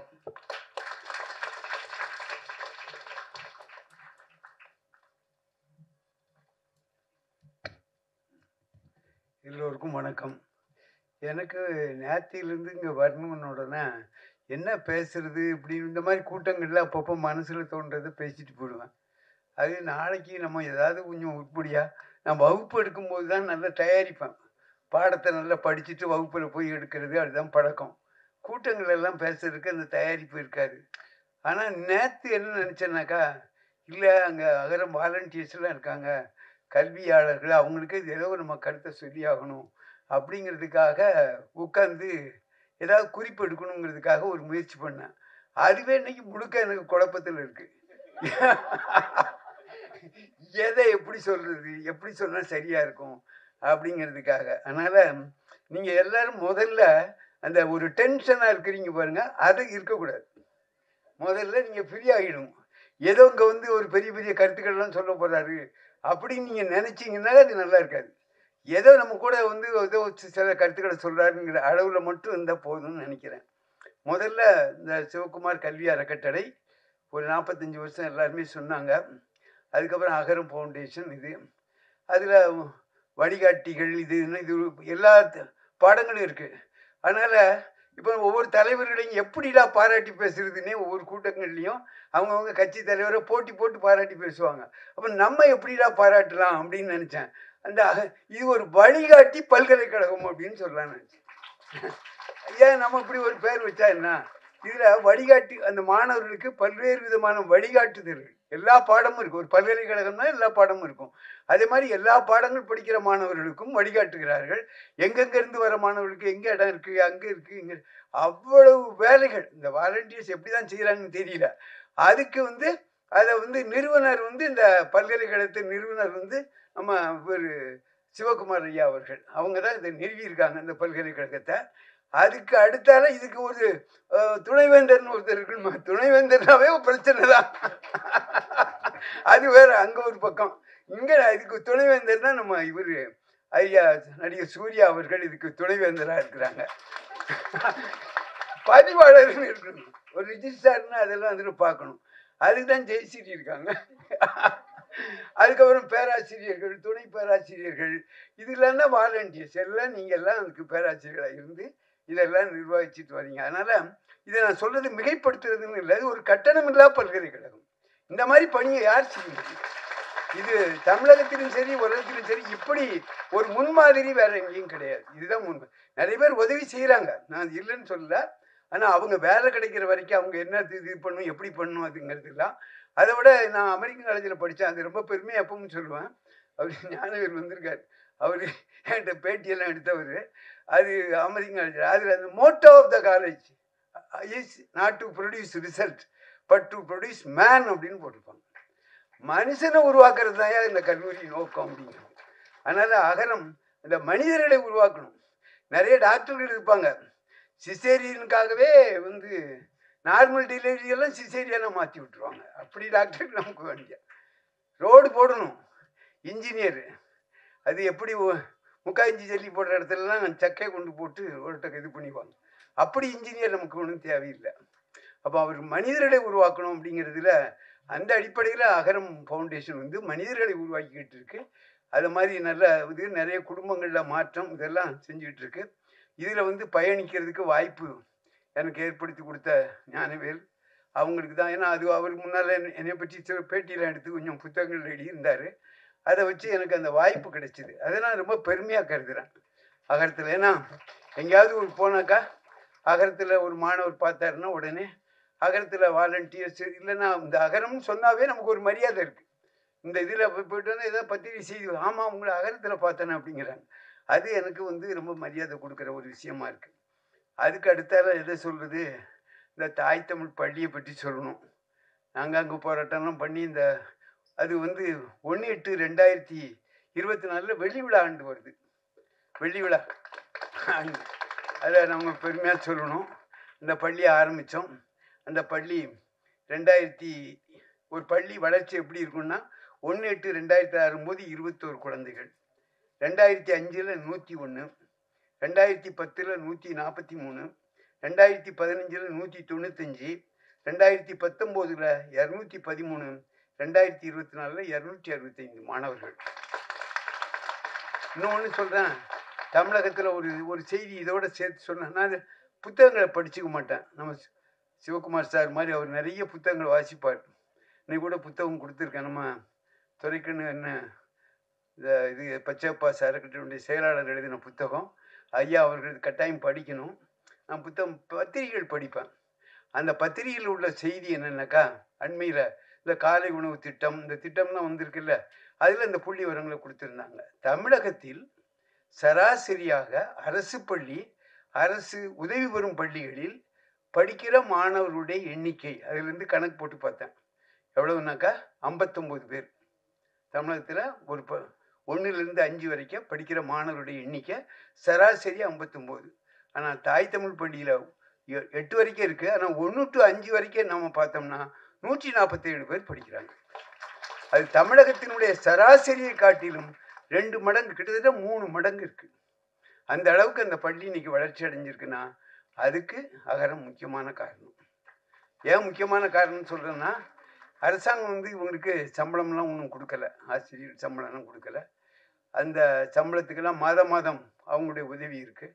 கட்டடம், இன்னைக்கு தாய் தமிழ் பள்ளியில் போய் பார்த்தீங்கன்னாக்கா கட்டட வசதி, ஒரு பள்ளிக்கூடத்தை பார்த்தா கட்டடம் கம்பீரமாக இருக்கணும், அதுக்கு இடம் இருக்கணும். சும்மா ஒரு குடிசை மாதிரி இப்படி வச்சுருவோம். பையன் அந்த பள்ளியில் படித்தேன்னு பெருமையாக வழியாக பேசணும். அப்படி அந்த கட்டிடத்தில் அந்த தோற்றம் வருவதற்கு இது வரைக்கும் 35 லட்சத்துக்கு மேலே கொடுத்து அந்த பள்ளிக்கூடத்துக்கு உள்கட்டமைப்பு பண்ணியிருக்காங்க. அந்த உட்கட்டமைப்பு அது மாதிரி நிறைய பேர் உதவி செஞ்சுருக்காங்க.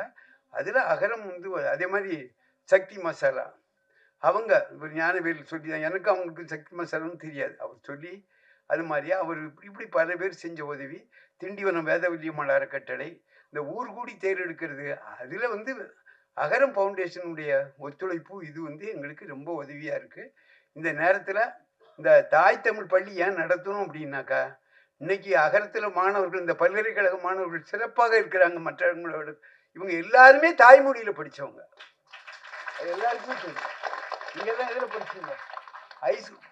ஹைஸ்கூலில் படிக்கிற வரைக்கும் தமிழ் வழியில் தான் படிச்சிருப்பாங்க. அப்படி அரசு பள்ளி மாணவர்கள் இவர்களுக்கு தான் முன்னுரிமை கொடுத்து நம்ம எடுத்தது. ஏழை எளிய மாணவர்கள், இன்னைக்கு ஏழை எளிய மாணவர்கள் யாரெல்லாம் கட்டணம் கொடுக்க முடியாத அவன் தான் தமிழில் படிக்கிறான். மற்றவங்கெல்லாம் தமிழில் படிப்பதையே கேவலமாக நினைக்கிற ஒரு மனப்போக்கு இருக்குது. இதனால் என்ன பாதிப்புனா, ஒரு சின்ன தகவல் இந்த இதில் கிடைக்கிறேன். அது 2001-2 தமிழகத்தில் உள்ள ஒரு அரசு தொடக்கப்பள்ளி இல்லைன்னா உதவி பெறும் பள்ளியில் சராசரியாக நீங்கள் எடுத்துக்கொண்டால் 128 மாணவர்கள் ஒரு பள்ளியில் படிச்சிருக்காங்க. இந்த கல்வி மானிய கோரிக்கை என்கிட்ட இருக்குது, கையில் வச்சிருக்கிறேன். ஆனால் இன்று அந்த மாணவருடைய எண்ணிக்கை 59 ஆயிடுச்சு. அப்படின்னா என்ன அர்த்தம்? அவ்வளோ பள்ளிகள்லையும் எல்லாரும் அப்போ 40 லட்சம் மாணவர்கள் அரசு பள்ளி, அரசு உதவி பெறும் பள்ளிகளில் 40 லட்சம் மாணவர்கள் படிச்சிருக்காங்க. இன்னைக்கு 20 லட்சம் மாணவர்கள் தான் படிக்கிறாங்க. பாதியாக குறைஞ்சிருக்கு. இந்த பாதியாக குறைகிறதுக்கு என்ன காரணம்னா, தமிழில் படித்தா எதிர்காலம் கிடையாது, தாய்மொழியில் படித்தா எதிர்காலம் கிடையாது அப்படிங்கிற. என் பேத்தி உங்கள் பள்ளியில் தான் முதல்ல படித்தா, இப்போ பாலிடெக்னிக்கில் லெக்சரராக இருக்கிறா.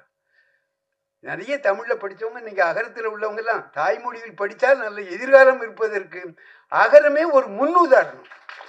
அகரத்தில் உள்ளவங்க எல்லாருமே தாய்மொழியில் படித்தவங்க. தாய்மொழியில் படித்தா நீ எது வேணாலும் பண்ண முடியும். ஆனால் இந்த நேரத்தில் அரசாங்கத்துக்கு நம்ம வைக்கிற கோரிக்கை, எங்கள் மாதிரி தாய் தமிழ் பள்ளி மாதிரி உள்ள பள்ளிகளுக்கு அரசாங்கம் நிதி உதவி கொடுக்கணும். பெரிய காசு ஒன்றும் கிடையாது, ஒரு 10 கோடி கூட வராது. தமிழகத்தினுடைய அரசு பட்ஜெட் 40,299 கோடி. அதில் ஒரு 2 விழுக்காடு கூட கிடையாது, 0.25 விழுக்காடு கூட வராது. ஒரு சின்ன காசு தான். அது நினச்சா அரசாங்கம் செய்ய முடியும். அந்த மாதிரி செய்யணும்னு நினச்சிக்கிறோம். அதுக்கு அடுத்தால இப்போ பழங்குடியினருக்கு நாங்கள்லாம் அந்த காலத்தில் போராட்டம் பண்ணும்போது என்ன செய்வோம்னாக்கா, சாதி சான்று கொடு. சாதி சான்று பிரச்சனை வேறு யாருக்கும் கிடையாது, பழங்குடியினருக்கு தான். போலீஸ் என்ன செய்வாங்கன்னா, அவன் கண்டுபிடிக்க முடியாத திருட்டு வழக்கு. எங்கள் திருநெல்வேலி மாவட்டத்தில், திருநெல்வேலி மாவட்டத்துக்காரன், அங்கே ஒரு பழமொழி உண்டு, கள்ளம் பெருசா காப்பாம் பெருசாம்பாங்க. திருடுன்னு நினைக்கிறவன் திருடிடுவான், நீ எவ்வளவுனாலும் ஒன்றும் பண்ணிட முடியாது. அது அப்போ கண்டுபிடிக்க முடியாத திருட்டு வழக்கை நம்ம போலீஸ் ஒன்றும் கண்டுபிடிச்சிட முடியுமா? நான் எல்லா வழக்கையும். அப்போ கண்டுபிடிக்க முடியாத திருட்டு வழக்கை என்ன பண்ணுவாங்கன்னா, இருவலரை பிடிச்சி அவனை இது பண்ணிடுவாங்க. அந்த மாதிரி பாதிப்பு. அதே மாதிரி சாதி சான்று, இப்படி பல பிரச்சனைகள் இருந்தது. நாங்கள் ஊர்வலம் இதெல்லாம் போய் இதெல்லாம் பண்ணுவோம். அதெல்லாம் பண்ணி அதிகாரிகள் கண்டுக்குவாங்க, கண்டுக்காமல் இருப்பாங்க, அப்படிலாம் இருந்தது. இந்த ஜெய்பீம் படம் வந்தது பாருங்க, அந்த ஜெய்பீம் படத்தை, அது மட்டும் இல்லை, வெறும் ஜெய்பீம் படமாக மட்டும் இல்லாமல் அதில் அவரே நடித்தார். அவர் நடித்ததுனால அந்த ஒரு ஸ்டார் வேல்யூன்னு அதில் இருக்குது. படத்தை அதே படத்தில் வேறு யாருன்னு நடித்தேன், நம்ம சந்துரு சாருடைய அவர் நீதிபதி சந்துரு, அவர் தான் என்னையை பாதுகாத்தவர். இல்லைன்னா அந்த வீரப்பன் பிரச்சனையில் என்னை உள்ளே போட்டு நைய புடைச்சி என்னை காலி பண்ணியிருப்பாங்க போலீஸு. அவர் பாதுகாத்தது அவர் சந்துரு சார் தான், இந்த வழக்கெல்லாம் ஆடி. அந்த இதில் நடித்து அவ்வளவு நடிச்சதை பற்றி சொல்ல வேண்டியதில்லை, அவ்வளோ பிரமாதமாக இருந்தது. ஏன்னா அவர் சந்துரு சாரோட நான் நெருங்கி பழகினவன், என்னுடைய வழக்கெல்லாம் நான் நடத்தினவர். அதனால் அந்த இதில் நடித்து அந்த படம் போச்சுது பாருங்க ஓடிடி தளத்தில், உலகம் முழுக்க அந்த பிரச்சனை தெரிஞ்சு போச்சு. இப்போ நாங்கள் அதிகாரிகளை போய் தேடி போய் மனு கொடுக்கறது போக உடனே அப்போ ஐயா தான் அந்த படத்தை பார்த்தாங்க. பார்த்தது அவங்க முதலமைச்சர் குடும்பத்தோடு வந்து பார்த்த உடனே கரெக்டாக ஒரு 2 வாரத்தில் உடனே எது போட்டாங்க, ஒரு ஆணை போட்டு அதிகாரிகள்லாம் இருளர் குடியிருப்பை நோக்கி எங்கே இருக்காங்க தேடி வந்தாங்க. தேடி வந்து அவங்களுக்கு வீடு கட்டுறது எந்த இதுனாலும் நரிக்குறவர் இருளர், அதுதான் முன்னுரிமை. அப்படி வர்றதுக்கு காரணம் அந்த ஜெய்பீம் படம் தான். புரியுங்களா? அதில் அவங்களே அந்த படத்தை தயாரித்து எடுத்தது இன்னும் இந்த போலீஸ் பிரச்சனை அது இதெல்லாம் இருக்குது. அந்த பிரச்சனையை அவ்வளோ ஈஸியாக ஒன்றும் பண்ணிட முடியாதுன்னு உங்களுக்கும் தெரியும், எல்லாத்துக்கும் தெரியும். இருந்தாலும் மொத்தத்தில் முன்னால மாதிரி பிடிச்சிட்டு போனால் உடனே இப்போ இருளர் போய் ஒரு ஸ்டேஷனில் புகார் கொடுத்தா போலீஸ்காரங்க பயப்பட ஆரம்பிக்கிறாங்க. இது என்ன பிரச்சனை ஆகுமோ, இது என்ன சிக்கல் ஆகுமோ அப்படிங்கிற அளவுக்கு அந்த பிரச்சனையை மாற்றினதுக்கு காரணம் இது ஐயாவுக்கு சொல்லணும். அதோட அந்த படத்தை தயாரித்தோட 1 கோடி ரூபா எங்கள் பழங்குடியில் உள்ள கல்வி அறக்கட்டளைக்கு ரூபா கொடுத்துருக்காங்க. நாங்கள் அதை வச்சு நாங்கள் பரிசு அளிக்கிறதெல்லாம் வகுப்பில் முதல் மாணவர் அப்படி இருந்தாலும் பரிசு அப்படி தான் கொடுத்து ஆகணும். பள்ளிக்கூடத்துக்கு முதல் மார்க்கு 2 மார்க்கு. ஆனால் நாங்கள் என்ன செய்வோம்னா எங்களுக்கு கல்வி இதில் பழங்குடியினரில் எழுத்தறிவு ரொம்ப குறைவு. அந்த அடிப்படையில் நாங்கள் என்ன செய்வோம்னாக்கா 10வது பொதுத் தேர்வு யாரெல்லாம் பாஸ் பண்ணியிருக்கானோ எவ்வளோ மார்க் எடுத்தாலும் எல்லாத்துக்கும் பரிசு. +2 எவனெல்லாம் பாஸ் பண்ணானோ எல்லாத்துக்கும் பரிசு. பப்ளிக் எக்ஸாம் டிகிரி பாஸ் பண்ணவங்கலாம் நம்ம இங்கே வந்திருந்தார் கல்வி அறக்கட்டளையுடைய செயலாளர். போன தடவை தீர்மானம் போடும்போது, சார் என்ன சார் நீங்கள், நான் திருநெல்வேலிக்காரன் கொஞ்சம் கஞ்சத்தனம், என்ன சார் நீங்கள் ரொம்ப கஞ்சத்தனம், திருநெல்வேலிக்காரங்க யாரும் இருந்தோம் கஞ்சத்தனம். 10வது பாஸ் பண்ணவங்களே 2000 கொடுப்போம் சார், +2 முடித்தவங்களுக்கு 3000 சார், டிகிரி முடித்தவங்களுக்கெல்லாம் 5000 கொடுக்கணும் சார். அப்படியெல்லாம் கொடுப்பதற்கு காரணம் நீங்கள் கொடுத்த அந்த ஒரு இந்த துறைகள் தான். புரியுங்களா?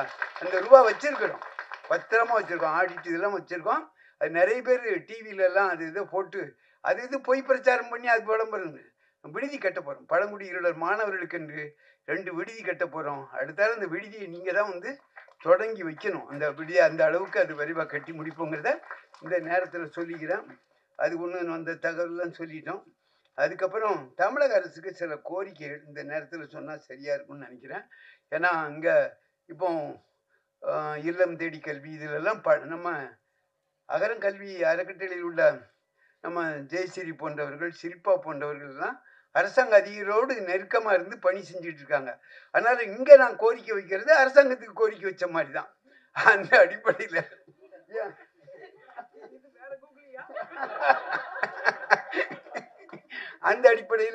இந்த கோரிக்கையை சொல்ல கடமைப்பட்டிருக்கேன். வேறு ஒன்றும் இல்லை, ரொம்ப எளிதான கோரிக்கை தான். நான் முதல்ல சொன்ன இந்த அரசு பள்ளி, அரசு உதவி பெறும் பள்ளி, இந்த பகுதி உதவி பெறும் பள்ளி 8 வரைக்கும் நல்லா கவனிச்சுங்க. 8வது வகுப்பு வரைக்கும் உதவி இருக்கும், அரசாங்க உதவி இருக்கும். 9, 10க்கு உதவி கிடையாது. அப்புறம் 5வது வரைக்கும் உதவி இருக்கும், 6, 7, 8க்கு உதவி கிடையாது. இது பகுதி அரசு உதவி பெறும் பள்ளிகள்னு பேர். புரியுதுங்களா? இந்த பள்ளி அரசாங்கம் மெட்ரிகுலேஷன் ஸ்கூலில் படிக்கிற இந்த கல்வி உரிமை சட்டத்தில் அதுக்கெல்லாம் ரூபா வச்சுருங்க. ஒரு ஆசிரியருக்கு அரசாங்கம் ஒரு ஆசிரியருக்குள்ள ஒரு மாணவருக்காக அரசாங்கம் 30,000 இருந்து எவ்வளவு செலவழிக்கிறாங்கன்னாக்கா 60,000 வரைக்கும் ஒரு மாணவருக்கு ஒரு வருஷத்துக்கு ஆசிரியர் சம்பளமாக கொடுக்குது. அது கொடுக்கணும். ஏன்னா ஆசிரியர் தான் ரொம்ப முக்கியம். கட்டடம் இல்லாமல் பள்ளி இயங்க முடியும், நூலகம் இல்லாமல் பள்ளி இயங்க முடியும். ஆனால் வாத்தியார் இல்லாமல் பள்ளிக்கூடம் இயங்க முடியாது. வாத்தியாருங்கிறது ரொம்ப முக்கியம்.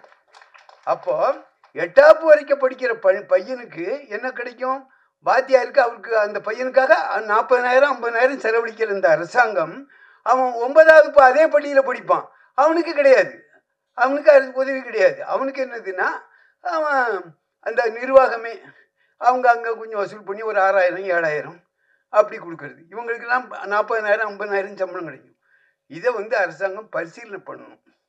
அதனால் எல்லாம் அந்த மாணவர்கள் தமிழகத்தில் எவ்வளோ இருக்காங்கன்னா 47,661 மாணவர்கள். அவர்களுக்கு இது செலவு செய்கிறதுக்கு ஒரு 70 கோடி 80 கோடி தான் செலவாகும். தமிழக அரசினுடைய கல்வி பட்ஜெட் வந்து 40,299 பள்ளிக்கல்வி பட்ஜெட்டு. அதில் 0.25% தான். 0.25% தான்னா எவ்வளோ குறைஞ்ச அளவு தான். மனசு வச்சா தமிழக முதல்வர் இல்லைன்னா பள்ளிக்கல்வித்துறை மனசு வச்சு அதை செய்யணும் அப்படிங்கிறத இந்த நேரத்தில் சொல்லிக்கிறேன். 1. 2வது, அரசு பள்ளி மாணவர்களுக்கு என்னென்ன சலுகைகள்லாம் கொடுக்கப்படுகிறதோ அது அரசு உதவி பெறும் பள்ளி மாணவர்களுக்கும் கொடுக்கணும். இப்போ காலை உணவு திட்டம் அரசு பள்ளி மாணவர்களுக்கு கொடுக்குறாங்க. அதே இதை இப்போ அண்மையில் 15ஆம் தேதி காமராஜர் இவர் அண்ணா பிறந்த நாளா காமராஜர் பிறந்த நாள். ஆப்சன்ட் மைண்டட் ப்ரொஃபஸர் தான், புரியுங்களா? அதனால அன்னைக்கு கொடுக்கணும்னு விரிவுபடுத்தியிருக்காங்க. வரவேற்கிறோம். ஏன்னா ஒரு ஊரில் அரசு பள்ளி இருந்தால் அங்கே அரசு உதவி பெறும் பள்ளி வராது. இந்த ஊரில் அரசு உதவி பெறும் பள்ளி இருந்தால் அங்கே அரசு பள்ளி வராது. அப்போ அரசு பள்ளியில் படித்தவனுக்கு கிடைக்கும்னா இவன் என்ன பாவம் செஞ்சான்? இவன் இந்த ஊரில் பிறந்து வளர்ந்துருக்கான், அந்த பள்ளியில் தானே படிப்பான். அதனால அரசு பள்ளியில் படிக்கிறவனுக்கு மருத்துவம் பொறியியலில் 7.5 விழுக்காடு கொடுக்குறாங்க. அதுவே இந்த கமிஷன் என்ன சொன்னாங்கன்னா, அவர் பேர் கலையரசன் குழு அறிக்கை, நாட் லெஸ் தேன் 10%. 10 விழுக்காட்டுக்கும் குறையாமல் கூட்டி கொடுக்கலாம். ஆனால் 7.5 தான் கொடுத்தாங்க. அதை 10 விழுக்காடாக கொடுக்கணும். அதே மாதிரி அரசு உதவி பெறும் பள்ளி மாணவர்களுக்கும் அவருடைய எண்ணிக்கைக்கு தகுந்தபடி அவங்களுக்கு ஒரு 6 விழுக்காடு 7 விழுக்காடு அவங்களுக்கும் கொடுக்கணும் அப்படிங்கிற ஒரு கோரிக்கை இந்த நேரத்தில் சொல்கிறேன். அதுக்கப்புறம் கல்வியை வந்து தாய்மொழியில் படிக்கலாம். நானே திருவண்ணாமலைக்கு போயிட்டு இருந்தேன். அங்கே பெரிய பட்டிமன்றம் நடந்தது. என்ன பட்டிமன்றம்னா, மருத்துவத்தை தமிழில் சொல்லிக் கொடுக்க முடியுமா முடியாதா, கொடுக்கலாமா? யார் நடத்துறது? மருத்துவர்கள், மருத்துவ கல்லூரியில். அதில் எல்லாரும் கடைசியில் நீதிபதி என்ன முடிவு எடுத்தார்னா, மருத்துவக் கல்வியை தமிழில் கொடுக்க முடியும் என்று சொன்னார்கள். ஆமாம், கொடுக்க முடியும்னு முடிவு சொன்னாங்க. அங்கே மருத்துவர்கள் தான் எல்லாரும் இருந்தாங்க. நரேந்திரன் டாக்டர்லாம் இருந்தார். இப்போது நம்ம நாடு எந்த அளவுக்கு வளர்ச்சி அடைஞ்சிருக்குன்னு பாருங்கள். சுதந்திரம் அடைஞ்சு இவ்வளவு நாள் ஆயாச்சு. இப்போ தான் மத்திய பிரதேசத்தில் இந்திய ஆட்சி முடிங்கிறான். ஏண்டா இந்தியில் மருத்துவம் சொல்லி கொடுக்கலாம்ல, நீ இன்னும் கொடுக்கல. மத்திய பிரதேசத்தில் இந்த வருஷம்தான் ஆரம்பிச்சிருக்காங்க, சுதந்திரம் கிடைச்சி இவ்வளவு ஆண்டுகளுக்கு பிறகு. ஆனால் ஏற்கனவே இலங்கையில் அங்கே மருத்துவத்தை தமிழில் சொல்லிக் கொடுக்குற ஒரு முயற்சி இருந்திருக்கு. அதனால் தமிழக முதலமைச்சரும் தமிழக இவர் சுகாதார அமைச்சரும் அப்படி ஒரு மருத்துவ கல்வியை சென்னையில் அதுக்குன்னு ஒன்று இது போட்டு விரைவிலே நாங்கள் ஆரம்பிச்சிடணும்னு அறிவிச்சிருக்காரு. ஐயா, நீங்கள் கஷ்டப்பட வேண்டாம். ஒவ்வொரு கல்லூரியிலையும் ஒரு பிரிவு தமிழ் பிரிவு ஆரம்பித்தா போதும். நான் அரசு கலைக்கல்லூரியில் பணிபுரிஞ்சவங்க. அங்கே தமிழ் வழி வரும்போது 78 வரும்போது ஒவ்வொரு இதுலேயும் ஒரு பிரிவு ஆரம்பிப்பாங்க. அதை மாதிரி பிரிஞ்சால் நீங்கள் புதுசாக ஒரு கல்லூரி கட்ட வேண்டாம். இருக்கிற கல்லூரியில் ஒரு தமிழ் பிரிவு நீங்கள் ஆரம்பிச்சிங்கன்னா, இதெல்லாம் நான் சொல்லலை, கல்யாணி தமிழ் பற்றில் சொல்லலை. நான் எந்த கல்வி எல்லா கல்வியும் எல்லா மொழியும் கொடுக்க முடியும். அப்படி அந்த மாதிரி செஞ்சால் தமிழ்நாட்டில் ஆங்கில மோகம் குறையும், தமிழ் வழி கல்வி இப்போ இதாகும் அப்படின்னு கூறி ரொம்ப நேரத்தை எடுத்துக்கூடாது. அதனால் அப்படி எடுத்துக்கிட்டதுக்கு நான் மன்னிப்பு கேட்டுக்கிறேன். அதனால் இங்கே வந்து பழங்குடியினர் பாதுகாப்பு சங்கம் சிவகாமி மற்ற ஆட்கள் அவருக்கு கல்வி இந்த துரைக்கண் அவர்கள் வந்திருக்கிறார்கள். அவங்க எல்லாம் பச்சையப்பன் அவர் மாணவர் பருவத்திலிருந்தே எங்கள் கூட இருந்து எங்கள் பள்ளிக்கும் அவர் தான் அது தலைவர், அறக்கட்டளை தலைவராக இருக்கிறார். இன்னைக்கு பச்சையப்ப அறக்கட்டளை 85,000 கோடி சொத்துள்ள அந்த அறக்கட்டளையும் இன்னைக்கு அவர் செயலாளராக இருந்து பணியாற்றி கொண்டிருக்கிறார். அவர் எழுதின அந்த புத்தகம் தான், அதாவது என்ன நிற்க அதற்கு தக ஞானவேல் தான் அதுக்கு அந்த பெயரை வச்சார். அந்த புத்தகத்தை பற்றியும் இங்கே பேசி நான் விடைபெற வாய்ப்பு அதை அறிமுகப்படுத்தி சொல்லி விடைபெறுகிறேன். வணக்கம். ஏதாவது தவறு இருந்தால் மன்னிக்கிறேன். தாய்மொழிதான் நமக்கு மூலாதாரம், முக்கியத்துவம் என்றும் தனது கோரிக்கைகளை பரிந்துரைகளாக சமர்ப்பித்த எங்களின் வழிகாட்டி ஐயா கல்யாணி அவர்களுக்கு நன்றி. கடந்த மார்ச் மாதம் நடந்த பெண்களுக்கான உமன் இன்டர்நேஷனல் கான்க்ளேவ் அகரம் மற்றும் அண்ணா பல்கலைக்கழகம் இணைந்து நடத்தியது. அதன் கருத்துக்களை தொகுத்து கொள்கைகளாக அகரத்திற்கும் அரசுக்கும் எடுத்துரைக்க வந்திருக்கும் ஆய்வாளர், கல்வி ஆலோசகர் முனைவர் விஜய் அசோகன் அவர்களை அன்புடன் அழைக்கிறோம். அனைவருக்கும் இனிய மாலை வணக்கம். கல்யாணி ஐயா ஏற்கனவே ஒரு ட்ரெண்ட் செட் பண்ணிட்டு போயிட்டாருன்னு நினைக்கிறேன், வழிகாட்டி பல்கலைக்கழகம்னு. அப்போ அகரம் வந்து இப்போ வழிகாட்டி பல்கலைக்கழகமாக இருந்துச்சுன்னா அடுத்த கட்டமாக கல்வி, உயர்கல்வி தாண்டி ஆராய்ச்சி சார்ந்த முன்னெடுப்புகளுக்கு ஒரு தொடக்கமாக இருக்கணும் அப்படின்ற அடிப்படையில் மார்ச் 18, 19 2 தினங்கள் அண்ணா பல்கலைக்கழகத்தோடு இணைந்து ஒரு international conclave for women in STEM அப்படின்னு ஒரு கருத்தரங்கம் மாநாடு நடத்தினோம். அது நோக்கம் என்னன்னா, உலகளாவிய அளவிலே பெண்கள் ஒரு விஞ்ஞானிகளா வருவது, உயர் அறிவியல் ஆராய்ச்சியாளர்களா வருவதில் 30% தான் இருக்கின்ற அடிப்படையில் இந்தியாவிலும் அதுதான் நிலைமை, தமிழ்நாட்டில் அதான் நிலைமை. அகரம் அறக்கட்டளை படிக்க வைக்கக்கூடிய மாணவ மாணவிகளில் பெரும்பான்மையானோர் அறிவியல் பொறியியல் படிக்கக்கூடியவர்களை பெரும்பான்மையானோர் மாணவிகளாக இருக்கக்கூடிய சூழல்ல அவர்களுக்கு அடுத்த காலகட்டமாக ஒரு ஆராய்ச்சி துறை, தொழில்நுட்பத்துறையில என்னென்ன வகையில வளர்ச்சிகள் இருக்கு அப்படின்ற ஒரு பார்வையை விரிவுபடுத்தணும், அதில் அவருடைய பங்களிப்பை அதிகப்படுத்தணும் அப்படின்ற நோக்கம்தான் அடிப்படையாக இருந்தது international conclave for women in STEM. கிட்டத்தட்ட தமிழ்நாட்டிலிருந்து 650க்கும் மேற்பட்ட பெண் மாணவிகள், ஆராய்ச்சியாளர்கள், பேராசிரியர்கள் கலந்து கொண்டதில் நாங்கள் மாணவிகள் கிட்ட ஒரு சர்வே மாதிரி கணக்கெடுப்பு போல நடத்தணும். அதில் நாங்கள் தெரிஞ்சுக்கிட்டதே ரொம்ப நல்ல வியப்பான செய்திகளாக இருந்தது. அதில் கலந்துகிட்ட 92% மாணவிகள் இளநிலை கல்வி படித்தவர்களாகவும் அதில் முதல் தலைமுறை பட்டதாரிகளாக உயர்கல்விக்கு நுழைந்தவர்கள் மட்டுமே 82% இருந்தது. எங்களுக்கு மகிழ்ச்சியாக இருந்தது. அதிலும் அரசு மற்றும் அரசு நிதியுதவி பள்ளிகளிலிருந்து வந்தவர்கள் 92% இருந்தாங்க, 90% இருந்தாங்க. இப்போ இவர்களோட கணக்கெடுப்பு நடத்தியதின் அடிப்படையில் சர்வதேச அளவில் ஏற்கனவே பல நாடுகள் எடுத்த முன்னெடுப்புகள், இந்திய அளவில் இருக்கக்கூடிய நெறிமுறைகள் எல்லாத்தையும் உள்ளடக்கிதான் இந்த பாலிசி ரெக்கமெண்டேஷன் அப்படின்றத கொண்டு வந்திருக்கோம். பாலிசி ரெக்கமெண்டேஷன்ல நான் சுருக்கமாக வேகமாக சொல்லிடுறேன், உங்கள் கைக்கு இது வந்து சேரும். அரசு ஆலோசகர்கள் அனைவருக்கும் இது கொண்டு போய் சேர்ப்பதும் முதல் கடமையாக இருக்கு. ஊடகவியலாளர்களுக்கும் முதல் கட்டமாக வந்து சேரும். இந்த பாலிசி ரெக்கமெண்டேஷன் நான் சுருக்கமாக சொல்ல விரும்புகிற சில செய்திகள் அப்படின்னு பார்த்தா, ஸ்டெம் அப்படின்றது சயின்ஸ், டெக்னாலஜி, இன்ஜினியரிங், மேத்தமெட்டிக்ஸ், இந்த பேரில் தான் இந்த கருத்தரங்கம் நடத்தணும். அப்படின்றதுனால இந்த ஸ்டெம் அப்படின்ற இந்த கருத்தாக்கம் இள வயதிலேயே மாணவ மாணவிகளுக்கு கொண்டு சேர்க்கப்படணும், குறிப்பாக பெண்களுக்கு கொண்டு சேர்க்கப்படணும். பள்ளிகளிலேயே இது தொடர்பான பார்வைகள், வகுப்புகள் விரிவடையணும். ஜெர்மனியில ஏற்கனவே இது சக்சஸ்ஃபுல்லா இருக்கக்கூடிய ஃபார்முலா தான். ஸ்டெம் இன்டர்ன்ஷிப் அப்படின்றது இருக்கணும் அப்படின்றது ஒரு பரிந்துரையாகவும், குறிப்பாக 7.5% இடஒதுக்கீட்டின் அடிப்படையில் பேராமெடிக்கல் அலைட் சயின்சஸ் கோர்சஸ் அதிலும் கொண்டு வரணும் அப்படின்றது ஒரு பரிந்துரை. அதே போல மாணவ மாணவிகள் பள்ளி கல்வியிலும் சரி, கல்லூரிகளிலும் சரி, படிக்கும் காலத்திலேயே இன்டெலெக்சுவல் ப்ராப்பர்ட்டி ரைட்ஸ் சம்பந்தமாகவும் இந்த பேட்டன் ரைட்ஸ் சம்பந்தமாகவும் தெரிந்துக்க வேண்டிய அவசியம் இருக்கனால வகுப்புகளில் அல்லது அது தொடர்பாக கோட்பாடுகளை விரிவுபடுத்துவது, மாணவ மாணவிகளுக்கு விளக்கப்படுத்துவதும் அவசியன்றது ஒரு பரிந்துரை. இது ஒரு பக்கம் இருந்துச்சுன்னா, தமிழ்நாடு ரிசர்ச் நெட்வொர்க் அப்படின்றது உருவாக்கப்பட்டு மாணவ மாணவிகளுக்கு ஆலோசனை வழங்கக்கூடிய ஒரு நெட்வொர்க், ஒரு குழுவாக இயங்கக்கூடிய ஒரு வகையில ஒரு கட்டமைப்பு உருவாக்கணும் அப்படின்றது ஒரு பரிந்துரை. இன்னொரு பக்கம் மாணவிகளுக்கு என்று சயின்ஸ்ல, இன்ஜினியரிங், தொழில்நுட்பத்துல வந்து உயர்ந்து வளரணும் அப்படின்னா இந்தியா முழுக்க இருக்கக்கூடிய, தமிழ்நாட்டில் இருக்கக்கூடிய பெண்களில் யார் முன்னிலையில் இருக்காங்க, ஒரு அறிவியலாளர்கள், விஞ்ஞானிகளாக, தொழில் முனைவோர்களாக இருப்பவர்களை மாணவ மாணவிகளுக்கு அறிமுகப்படுத்துவது ரொம்ப அவசியம். இது ஒரு பக்கம் ஒரு பரிந்துரை. நிறைய சர்வதேச நாடுகள் இருக்கக்கூடிய ஒரு சயின்ஸ் காம்படிஷன்ஸ், கான்ஃபரன்சஸ், காம்படிஷன்ஸ், அது போல ஒரு டேலண்ட் ப்ரோக்ராம்ஸ் நடத்துறது கல்லூரிகளிலும் சரி, பள்ளிகளிலும் சரி, இது ஒரு பரிந்துரையாகவும், இப்போதைக்கு தமிழ்நாட்டிலிருந்து படித்து பல நாடுகளில் பணியாற்றக்கூடியவர்கள், அவர்கள் இண்டஸ்ட்ரியில் இருக்காங்க, தொழில் முனைவோர்களாக இருக்காங்க, விஞ்ஞானிகளாக இருக்காங்க, பேராசிரியர்களாக இருக்காங்க, அவர்களை ஒருங்கிணைத்து ஒரு இண்டஸ்ட்ரி அகாடமி ஆஃப் ஃபோரம் உருவாக்கி தமிழ்நாட்டோட இணைப்பது ஒரு பரிந்துரையாகவும் இதில் முன்னிலைப்படுத்தியிருக்கோம். அடுத்ததாக முக்கியமாக இப்போ எஸ்சி எஸ்டி ரிசர்வேஷன் அப்படின்றதுல பெண்களுக்கான ஒரு முன்னுரிமை இருக்கணும். அதுலேயும் ரிசர்ச் கிராண்ட்ஸில் முன்னுரிமை பெண்களுக்கு இருக்கணும் அப்படின்றதும், ஒர்க் லைஃப் பேலன்ஸ் சம்மந்தமான பாலிசி ஏனைய நாடுகளில் பரவலாக ஆக்கப்பட்டதுனால இந்தியாவில் குறைவாக இருக்கிறதுனால அது தொடர்பான பார்வை அரசு சார்ந்த கொள்கை வகுப்பாளர்களுக்கு விரிவடையணும் அப்படின்றது ஒரு பரிந்துரையாகும். இந்த பரிந்துரையோடு இணைந்து முக்கியமாக மாணவ மாணவிகள் உயர்கல்விக்கு வரணும், அதே உயர்கல்வியிலிருந்து ஆராய்ச்சித்துறை அறிவியல் துறைக்கு வரணும்னா அவர்களுக்கான பைலிங்குவல் மெட்டீரியல்ஸ், ஆங்கிலம் மற்றும் தமிழ் சார்ந்த பைலிங்குவல் மெட்டீரியல்ஸ் உருவாக்கப்படணும். இது எல்லாமே இதில் நிறைய பரிந்துரைகள் மாணவிகள் எங்களுக்கு வழங்கிய அந்த கணக்கெடுப்பில் கொடுத்தது தான்.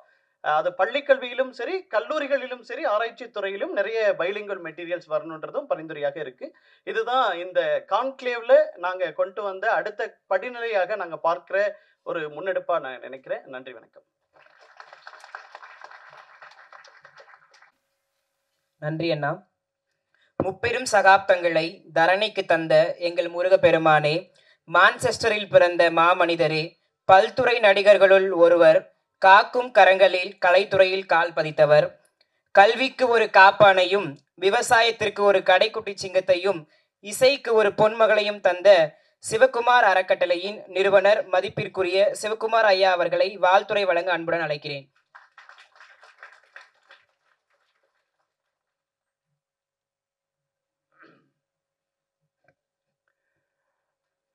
கிட்டத்தட்ட நிகழ்ச்சி முடிஞ்சிடுச்சுன்னு நினைக்கிறேன். இனிமேல் நாங்கள் 3 பேர் பேசுறதுக்கு என்ன இருக்குன்னு நான் யோசனை பண்ணேன். ரொம்ப கனமாக 2 விஷயம் சொல்லிட்டாங்க. அது கொஞ்சம் ரிலாக்ஸ் பண்ணுறதுக்காக நான் வேறு மாதிரி ஒரு ஃபார்மேட் எடுத்துக்கிறேன். இந்த குழந்தைகளில் கிட்டத்தட்ட 80% வந்து நீங்கள் என்னத்தான் ரோல் மாடலாக எடுத்துக்கணும். சூர்யா கார்த்திங்கிறவங்க சிவகுமார்ங்கிற நடிகனுடைய பிள்ளைங்க. ஆனால் நான் வந்து ஒரு ஏழை தாயினுடைய மகன். இப்போ நீங்கள் நிறைய பேர் சொன்னீங்க, அப்பா இல்லை அம்மா இல்லை சொன்னீங்க. அது மாதிரி நான் பிறந்த போதே என் தந்தையார் இருந்து விட்டார். எங்கள் அப்பா என்ன கலர்னு எனக்கு தெரியாது, அம்மாவுக்கு படிப்பறிவு கிடையாது. ஒரு வானம் பார்த்த பூமி ஒரு 8 ஏக்கராக வச்சுட்டு போயிருந்தார். அது கூலிக்கு 4 ஆளை வச்சுட்டு அம்மாவும் கூலி வேலை செய்வாங்க. பருத்தி செடி எத்தனை பேர் பார்த்துருக்கீங்க? கிராமப்புறத்துக்கு வந்து கை விட்டு காட்டுங்க. பருத்தி செடி, இந்த பருத்தியில் வந்து எங்கள் காலத்தில் கருங்கண்ணி கம்போடியான்னு 2 குரூப் இருக்கும். கருங்கண்ணிங்கிறது செம்மண் நிலத்தில் விளையக்கூடியது, கம்போடியாங்கிறது கரிசல் மண்ணை விளையக்கூடிய ஹைடெக்கு பருத்தி. அது இந்த செம்மணத்தில் கருங்கண்ணி வந்து பருத்தி எடுத்து முடிஞ்ச உடனே அந்த காஞ்சி போன அதுக்கு வேலை மாறு, பருத்தி மாறுன்னு சொல்லுவாங்க. அதை வந்து மனுஷங்க தான் பூமியிலேருந்து பிடுங்கி எடுக்கணும். ஒரு 6-7 பேர் வந்து அதை கூலிக்கு பிடுங்கிட்டு இருக்கும்போது எங்கள் அம்மாவும் கூட போய் பிடுங்குவாங்க. அதாவது சாயங்காலம் வரைக்கும் நீங்கள் பார்த்தீங்கன்னா ரஃபாக கணக்கு போடும்போது ஒரு 10,000 பருத்தி மாறு நீங்கள் சாயங்காலத்தில் எங்கள் அம்மா பிடுங்கி ஆகணும். பிடுங்கினா ஈஸியாக வராது. முக்கி பிடுங்கணும். பிடுங்கி எடுக்கும்போது 10-15 பிடுங்கும்போது லேசாக அது சிவப்பு கலராகி கொஞ்சம் நேரமாகி மத்தியானத்துக்குள்ளே இது தோல் உறிஞ்சிடும். முதல்ல கொப்பளமாகி உள்ள வாட்டர் வந்ததுக்கு அப்புறம் அதே உறிஞ்சிடும். நான் பல தடவை என் தாயாரை மாலையில் போய் பார்க்கும்போது வெள்ளை துணி சுற்றிட்டு இருப்பாங்க. அந்த துணியை பிரித்து காட்டினா உள்ளே வந்து செவப்பாக திட்டிருக்கும். அந்த துணியை ஃபுல்லாக எடுத்தால் ரத்தம் வந்துட்டுருக்கும். இப்படியெல்லாம் வேலை செய்த என் தாயாரை நான் கண்ணால் பார்த்தவன். பஞ்சம்னா அவங்களுக்கெல்லாம் என்னென்னு தெரியாது. பஞ்சம்னா உணவு தான், எதுவுமே விளையாது. இந்த காலகட்டத்தில் ஒட்டகப்பால் பவுடர் கொடுப்பாங்க. ஒட்டகப்பால் பவுடர் சாப்பிட்டவங்க யார் இருக்கீங்களா? அங்கே யாராவது கை தூக்க முடியுமா? ஒட்டகப்பால் பவுடர் இங்கே கல்யாணி ஒருத்தருக்கார். ஒட்டகப்பால் பவுடர் ஒன்று கொடுப்பாங்க. அதை வந்து ஹாட் வாட்டரில் போட்டு கொஞ்சம் சர்க்கரையும் போட்டு குடிக்கும்போது அந்த கவிச்சு வரும். அந்த ஒட்டகத்தோடைய நாத்தம் வரும். நான் குடிச்சிருக்கேன் ஒட்டகப்பால் பவுடர். இதுக்குமே வசதி இல்லாதவங்களுக்கு ஆத்தோரம் கற்றாழைன்னு கிராமப்புறத்தில் மக்களுக்கு தான் தெரியும். கற்றாழையில் அந்த இலைகளை வெட்டிட்டிங்கன்னா கீழ்ப்பு அடியில் வந்து ட்ரங்க் இருக்குது, அடி மரம் இருக்கும். மரத்தில் கடப்பாறையை போட்டு நம்பினீங்கன்னா உள்ளே வந்து ஒரு யானையோட தந்தர் கலர், ஒரு வெண்பழுப்பு கலரில் கிழங்கு வரும். அந்த கிழங்குல வந்து இது பேர் குதிர்னு பேர். மொடாங்கிற சிறுசாக இருக்குது, பெருசாக இருக்குது, பேர் குதிர்னு பேர். குதிருக்குள்ளே ஒரு பாதி குதிருக்கு வந்து கட்டி அதை போட்டுட்டு கொட்டையை நீக்கி நார் வச்சு புளியை உள்ளே போடணும். அதுக்கப்புறம் கருப்பட்டி வந்து தட்டி ஒரு 10-20 கருப்பட்டி வட்டு அதை தட்டி உள்ளே போடணும். போட்டு ஒரு பாதி குதிருக்கு தண்ணி ஊற்றி 24 மணி நேரம் இறைச்சிங்கன்னா அந்த பழுப்பு கலரில் உள்ள அந்த கிழங்குல வந்து இந்த புளியோட எசன்ஸும் கருப்பட்டி எசன்ஸ் சேர்ந்து திருநெல்வேலி அல்வா கலர் இருக்கும். இதை வச்சு பார்த்தீங்கன்னா திருநெல்வேலி அல்வா மாதிரியே இருக்கும். சாப்பிட்டீங்கன்னா 2 ஹவர்ஸில் லூஸ் மோஷன் போகும். இதையெல்லாம் நாங்கள் சாப்பிட்டு பார்த்துருக்குறோம். படுத்துட்டு இருக்கும்போது திடீர்னு எனக்கு சாப்பாடுன்னா எங்கள் காலத்தில் சாப்பாடெல்லாம் தினம் சமைக்கிறதுலாம் கிடையாது. காலையில் முந்தின நாள் செஞ்ச சாறு பழைய சாதம் இருக்கும், சோளச்சோறு இருக்கும், அடிபத்தினா அதுக்கு இப்போ சீவச்சோறு சொல்லுவாங்க. சீவச்சோறுக்கு ஒரு சின்ன பீஸ் போட்டு பால் எப்படி மாடு இருக்கனால தயிர் கிடைக்கும், தயிரும் சீவச்சோறு போட்டு தான் நான் அந்த ஒரு 6-7 ஆண்டுகள் படிக்கும்போது காலையில் சாப்பிடுவேன். அப்புறம் தாங்க முடியாமல் ஒரு இடத்துல எங்கள் அம்மாக்கிட்ட பொங்கச்சோறு போட முடியாமல் நீ எதுக்காக நீ பெத்த அப்படின்னு கேட்டேன். அது எங்கள் அம்மா ஒரு பேசாமல் இருந்தேன். அது ஒன்றும் சொல்லாமல் எப்படியோ கடனோடு வாங்கி ஒரு பிடி அரிசி மட்டும் வச்சுருந்து அந்த ஒரு பிடியை வந்து போட்டு சமைச்சு அரிசியும் பருப்பு சாதம், கோயம்புத்தூர் ஜில்லாவில் உங்களுக்கு தான் தெரியும், நீங்கள் லெமன் ரைஸ் சொல்லுவீங்க, இல்லை அது அரிசியும் பருப்பு சாதம் செஞ்சு பள்ளிக்கூடத்துக்கு போகிற அன்றைக்கி மட்டும் அந்த பாத்திரத்துக்குள்ளே போட்டு எங்கள் அம்மா அனுப்புவாங்க. மற்ற நேரத்தில் கிடைக்காது. சாயங்காலம் கொள்ளு, தட்டைப்பயிறு, பச்சைப்பயிறு, சுண்டல், அதான் நைட் சாப்பாடு. இப்போ போகும்போது ஊருக்குள்ளே பள்ளிக்கூடம் கிடையாது, மின்சாரம் கிடையாது, டாய்லெட் கிடையாது, குடி தண்ணீர் கிடையாது. பக்கத்தில் ஒரு கிலோமீட்டர் தூரத்தில் ஒரு ஊரில் போய் படிக்கிறோம்னா அங்கே வந்து தனியார் பள்ளிக்கூடம், ப்ரைவேட் வாத்தியார் ஒருத்தர் இருக்கிறாரு, கல்யாணசாமி நாடு இருந்தார். ஊருக்கு கோயிலை விட்டு தனியாக மொட்டமே ஒரு மொட்டை மண்டபம்னு ஊருக்கு நடுவில் ஒரு மண்டபம் வந்துச்சு. அந்த மண்டபத்தில் வந்து தரைப்பகுதி இந்த ஹைட் இருக்கும், பூரா தூசி பறந்துட்டு இருக்கும். ஸ்கூலுக்கு வர வழியில் வந்து மாடு சாணம் போட்டுருக்கோம். அந்த சாணத்தை வந்து ஒரு கூடையில் நாங்கள் அள்ளிட்டு வந்து அதை அப்படியே கரைச்சி விட்டு முதல்ல சாணம் போட்டால் சாணத்தில் புகை வரும். சாணம் போட்டு பார்த்துக்கினேன் நீங்கள், மாடு சாணம் போட்ட உடனே அது ஒரு புகை வரும். அதை பாரு அந்த அம்மா பார்த்துக்கணும். சாணம் போட்டு அந்த புகையோடு அந்த சாணத்தை எடுத்துகிட்டு போய் கூடையில் போட்டு பிசைஞ்சு கரைச்சி அதை வந்து மெழுகி விட்டு அது காஞ்சதுக்கப்புறம் அதுதான் உட்காந்து ஒரு 30 பேர் நாங்கள் படித்தோம். அப்படி 1ஆம் கிளாஸுக்கு 1 ரூபா, 2ஆம் கிளாஸுக்கு 2 ரூபா, 3ஆம் கிளாஸுக்கு 3 ரூபா, 4ஆம் கிளாஸுக்கு 4 ரூபா, அப்புறம் 5ஆம் கிளாஸுக்கு நேராக ஸ்கூலுக்கு பள்ளிக்கூடத்துக்கு போகணும். அந்த காலத்திலேயே வந்து ஒரு மேத்ஸில் ஜீனியஸாக இருந்தவர். நான் பல இடங்கள்ல இந்த கதை சொல்லியிருக்கேன். எங்கள் பசங்க கோச்சிக்குவாங்க, இது எங்கே போனால் இதையே சொல்லிட்டுங்களான்னு. இருந்தாலும் பரவாயில்ல, மன்னிச்சுங்க, இங்கேயும் சொல்கிறேன். ராம்ஜியான்னு சொன்னால் சந்தோஷமாக இருக்கேன். காரரைக்கால் காசுக்கு 4 அரைக்கால் கத்திரிக்காய், 1 காசுக்கு எத்தனை கத்திரிக்காய்? இப்போ நான் சொல்கிறீங்களா? காசு வச்சுருக்கேன், ரெடியாக காசு வச்சுருக்கேன் சொன்னீங்கன்னா அது பாருங்கள், 1000 ரூபா கொடுக்குறேன். காரைக்கால் காசுக்கு 4 அரைக்கால் கத்திரிக்காய், 1 காசுக்கு எத்தனை கத்திரிக்காய்? இந்த கணக்கெல்லாம் 4 வயசுக்குள்ளே போட்டு 4ஆம் கிளாஸுக்கு முடிச்சுட்டு அப்புறம் அங்கே போனோம். அங்கே போனோம்னா 6, 7, 8க்கு 2.25 ரூபா ஃபீஸ், 9, 10, 11க்கு 5.25 ரூபா ஃபீஸ். இப்போ வரும்போது அங்கே டோட்டல் பண்ணி பார்த்தேன், 365 ரூபா 50 பைசா. எனக்கு வந்து எஸ்எஸ்எல்சி முடிக்கிறதுக்கான செலவு 365 ரூபா 50 பைசா. இப்போ கார்த்தி பையனை ப்ரீகேஜி சேர்த்து கொடுக்க 2.5 லட்சம் ரூபா கேட்குறாங்க. கற்பனை பண்ணி பாருங்கள், பைத்தியம் முடிச்சுதான் நினச்சி பாருங்க. 365 ரூபா 50 பைசாவில் நான் ஸ்கூல் பையனில் முடிச்சிட்டேன். அங்கே ஒரு கிளைமாக்ஸ் வந்தது. எஸ்எஸ்எல்சி படிக்கும்போது அம்மா பழக்கம் போல் காடுகளில் வேலை பார்த்துட்டு இருக்காங்க. 5.25 ரூபா ஃபீஸ் மாதத்துக்கு கட்டியாச்சு, மந்த்லி ஃபீஸ் கட்டியாச்சு. ஒரு வாரம் கழிச்சு தலையை சொல்லிச்சு, என்னடான்னு கேட்டாங்க. 11 ரூபா 50 பைசா. இது என்ன இளவு அப்படின்னாங்க. இது வந்து பப்ளிக் எக்ஸாம் எழுதணுமாம்மா, பொது பரீட்சையாமா, அதுக்கு உயர் எடுத்துட்டு நீ அப்படி கொடுத்துட்டு அதுக்கு ஒரு 11 ரூபா 50 பைசா பேர டிக்கெட் கொடுத்தாங்க. பேங்க்கெல்லாம் கிடையாது, சட்டிக்குள்ளே வந்து ஒரு மஞ்சள் துணி சுற்றி வச்சுருப்பாங்க, அதை எடுத்து 50 கொடுத்தாங்க. அப்புறம் ஒரு வாரம் கழிச்சு போய் பின்னாடி கை கட்டி நின்னேன். இப்போ என்ன மாப்பிள்ளை வந்து நிற்கிறேன், என்ன விஷயம் அப்படின்னாங்க. இல்லை, இந்த 6, 7, 8, 9, 10, 11 இந்த 5-6 வருஷம் படித்தா பசங்க ஒரு 20 பேர், பொண்ணுங்க ஒரு 5-6 பேர், பள்ளிக்கூட டீச் பண்ண வாத்தி ஒரு 6-7 பேர். ஒரு ஸ்வீட் காரை காப்பி ஒரு குரூப் ஃபோட்டோ ஒன்று எடுத்துக்கணும். 5 கொன்னே போடுவேன். 5 குழந்தைங்க வந்துச்சு, ஒன்றா செத்து போச்சு. ஒரு பையன் செத்து போச்சு, பொண்ணு செத்து போச்சு, ஒன்றா பிள்ளைகள் செத்து போயிட்டான். ஒரு பொண்ணு 5ஆவது குழந்தை கொன்னே போடு, பையனா பரவாயில்ல, நாங்கள் பேசாமல் வந்துட்டேன். அன்னைக்கு போய் அந்த எல்லாரும் போனாங்க. என்ன மாதிரியே கூட படித்தவங்கள நான் எப்பவும் 4th ரேங்க் தான், விட மாட்டாங்க. ராட்சச பையலுக்கு முன்னாடி 3 பேர் விடவே மாட்டேன், என்ன முக்குனாலும் விட மாட்டாங்க. 4th ரேங்க் தான், கஷ்டப்பட்டு படித்தேன். அந்த 1, 2, 3லையும் 2 பேருக்கு வீட்டில் கையில் காசு கொடுக்கல. ஒரு 3-3:30 மணிக்கு எல்லாம் பெஞ்செலாம் போட்டு ரெடி பண்ணிட்டாங்க. நான் 3 பேர் வெளியே போகிற பையன் தூக்கி தோடு போட்டு, எங்கடா போகிறீங்கன்னாங்க. வீட்டுக்குண்ணா. குரூப் ஃபோட்டோ நாங்கள் அது காசு கொடுத்தவங்களுக்கு அப்படின்னா. ஓ, காசு கொடுக்கலையோ அப்படின்ட்டு, பரவாயில்லப்பா ஃபோட்டோவில் நின்று போனாங்க, அது கேவலமாக இருக்குது அப்படின்னு.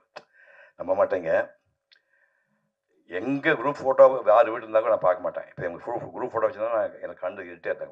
குரூப் ஃபோட்டோ பார்க்க மாட்டேன், நம்பவே மாட்டேங்க. 50 ஆண்டுகள் வந்து நான் குரூப் ஃபோட்டோவை பார்க்கவே இல்லை. இப்போ நான் வந்து எங்கள் காலத்து இப்போ டிஜிட்டல் கேமரா வந்துடுச்சு. நான் வாழ்ந்த காலத்தில் வந்து ஃபிலிம் தான் இருந்தது. 192 படங்கள் நடிச்சு. ஆனால் எங்கள் புறமே டிஜிட்டலில் கிடையாது, ஒரிஜினல் ஃபிலிம் போட்டு தான் வந்திருக்கேன். நீங்கள் கணக்கு போட்டு பார்த்தீங்கன்னா ஒரு 4-5 கோடி ஃப்ரேமில் இந்த முகம் இருக்குது. அந்த 5 ரூபா ஃபோட்டோ கிடையாது. ஏதோ நீங்கள் கைதட்டுக்காக சொன்னீங்க, இப்போ எவ்வளோ நெஞ்சில் வலிக்கு நினச்சி பாருங்க. அந்த 5 ரூபா ஃபோட்டோ எனக்கு வாங்கி எடுக்க முடியல.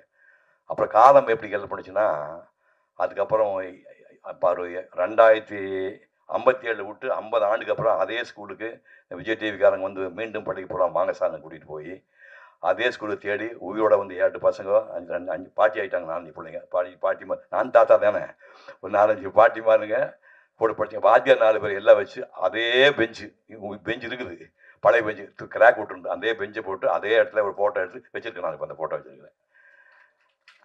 அதுக்கப்புறம் என்ன பண்ணேன்னா, ஒரு சிஇஓ அதிகாரி சொன்னார், கவர்மெண்ட் பள்ளிக்கு காசு யாரும் கொடுக்க மாட்டாங்க, கல்யாணி சார் தெரியும், ப்ரைவேட் பள்ளிக்கு நிறையா கேபிடேஷன் ஃபீஸ் வாங்குவாங்க, கவர்மெண்ட் பள்ளிக்கு காசு கிடைக்காது, நீங்கள் படித்த பள்ளி உங்கள் மாதிரி முக்கியமான நீங்கள் தத்தெடுத்துட்டா அந்த பெரிய புண்ணியம் கிடைக்கும் பாருங்க. அந்த வினாடியே இந்த பள்ளியை தத்தெடுத்துக்கணும்னு சொல்லி தத்தெடுத்து ஒரு ஊராக போய் 26,000 ஒரு மீட்டிங் கூப்பிட்டா 25 பில்லு நேரம் அவங்க ட்ரஸ்ட் கண்டுபிடி சொல்லி நானே ரெடி பண்ணி இப்போ வந்து அந்த ட்ரஸ்ட்டில் வந்து 30 லட்சம் ரூபா சேர்த்து வச்சு 10 நாளைக்கு முன்னாடி இந்த பொண்ணு எங்கடாது ப்ரைஸ் வாங்கிச்சு, எங்கள் ஊர் பொண்ணுங்க, இந்த பொண்ணு சூலூர் பொண்ணு அதான் வந்து பாருங்க, அந்த பொண்ணை வந்து ப்ரைஸ் வாங்கியிருக்குது.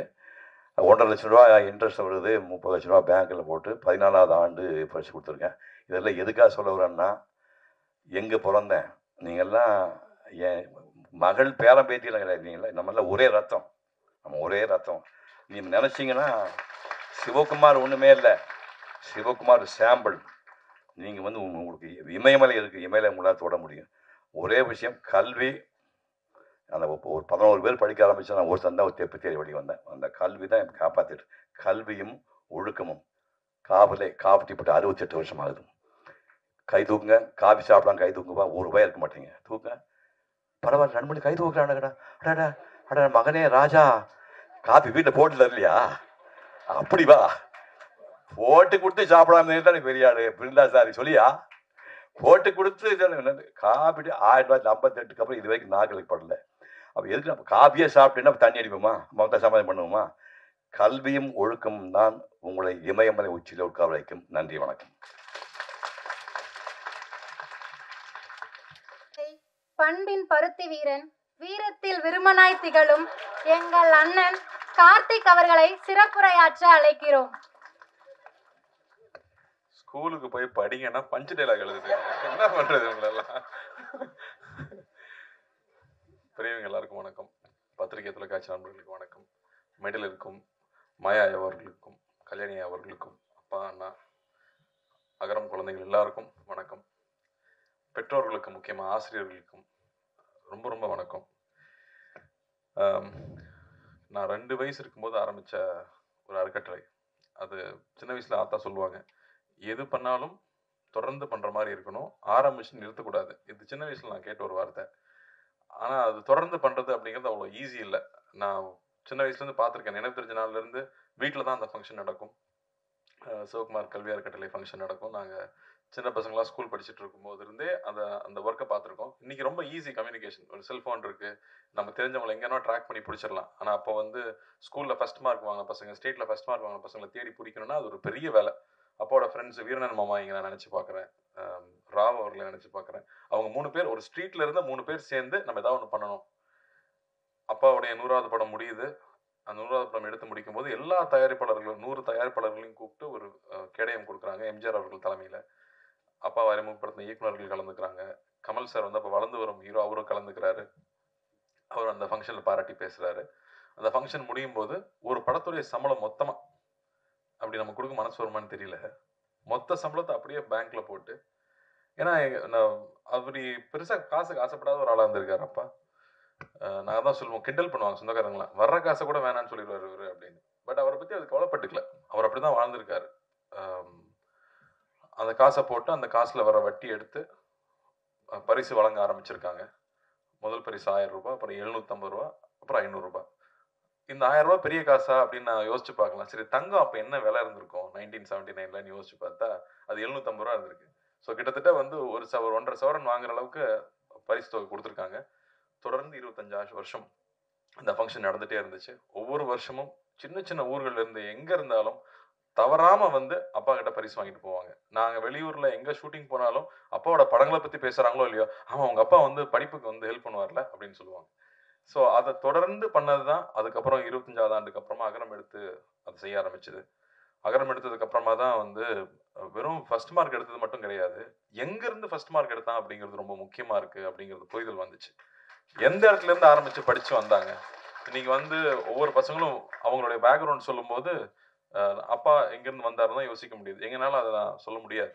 நாங்கள் வந்து ஆசீர்வதிக்கப்பட்டவங்க அப்படின்னு தான் சொல்லிக்கணும், இல்லை போன ஜென்மத்து புண்ணியம்னு சொல்லிக்கலாம்.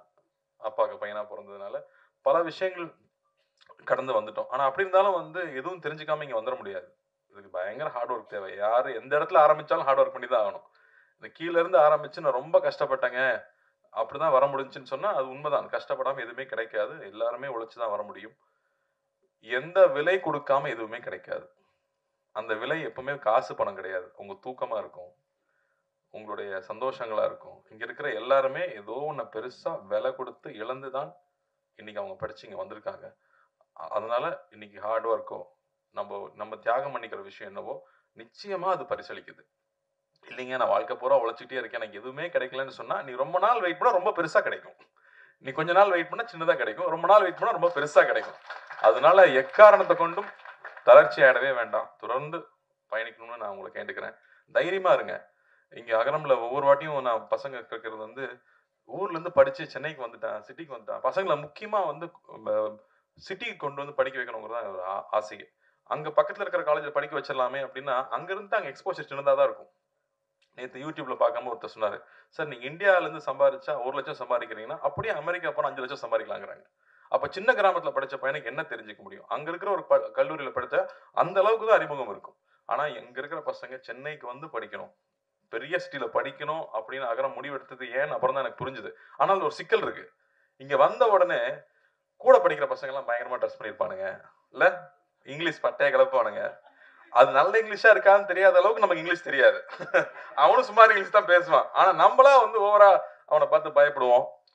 ஸ்கூல்ல இருக்க வரைக்கும் நம்ம கூட தெரிஞ்ச பசங்க கூடயே இருந்திருப்போம். ஆனா காலேஜ் போனோடனே பார்த்தா எல்லா ரகமான பசங்களும் வருவாங்க. அப்போ பயங்கர இன்ஃபீரியாரிட்டி காம்ப்ளெக்ஸ் வரும். சிட்டில படிச்சுட்டு போன எனக்கே இன்ஃபீரியாரிட்டி காம்ப்ளெக்ஸ் வந்துச்சுன்னா அப்புறம் கிராமத்துல இருந்து படிச்சு வர பசங்க இன்ஃபீரியாரிட்டி காம்ப்ளெக்ஸ் இருக்காம போயிடுமா? தயவு செஞ்சு அதெல்லாம் வச்சுக்காதீங்க. 1 வருஷம் 2 வருஷம் கஷ்டமா இருக்கும். அதுக்கப்புறம் அவங்களோட பெட்டரா நீங்க ட்ரெஸ் பண்ணுவீங்க. ஏன்னா நான் பார்த்துருக்கேன், என் கூட படிச்ச பசங்க திருநெல்வேலிருந்து வருவானுங்க, அப்படியே நம்ம ட்ரெஸ்ஸிங் எல்லாம் பார்த்துட்டே இருப்பானுங்க. 3rd இயர் வரும்போது பார்த்தா நம்மளோட பெட்டரா ட்ரெஸ் பண்ணுவானுங்க. டேய் எங்கடா இதெல்லாம் வாங்குறீங்க அப்படின்னு கேட்டா அவன் அவ்வளோ ஷார்ப்பா இருப்பான். ஸோ எது வேணும்னு நீங்க ஃபிக்ஸ் பண்ணிட்டீங்கன்னா போதும். நான் இந்த அளவுக்கு ஸ்டைலா பேசணும், நான் இந்த அளவுக்கு இந்த சப்ஜெக்ட்ல ஷார்ப்பா இருக்கணும், இதுல தான் நான் அச்சீவ் பண்ண போறேன்னு ஒரு டார்கெட் ஃபிக்ஸ் பண்ணுங்க. டார்கெட் ஃபிக்ஸ் பண்ணாம இருந்தா எதுவுமே கிடைக்காது. என்ன வேணும் அப்படின்னு கேட்டா இங்க கிடைக்குது. இந்த பிரபஞ்சம் அதுதான் சொல்லுது. ஸோ என்ன வேணும் அப்படிங்கிறத மட்டும் கிளியரா முடிவு பண்ணிட்டீங்கன்னா அப்புறம் உங்களுக்கு வந்து ஸ்டாப் பண்ற எதுவுமே கிடையாது. நீங்க பாட்டுக்கு போயிட்டே இருக்கலாம். ஏன்னா நான் 25 வயசு, எங்க அப்பா எனக்கு சொன்னது அதுதான். 25 வயசுக்குள்ள வாழ்க்கையில் என்ன பண்ண போறேன்னு முடிவு பண்ணிட்டு அப்படின்னாரு. நானும் 18 வயசுல இருந்து யோசிக்கிறேன் என்ன பண்றதுன்னே புரியல.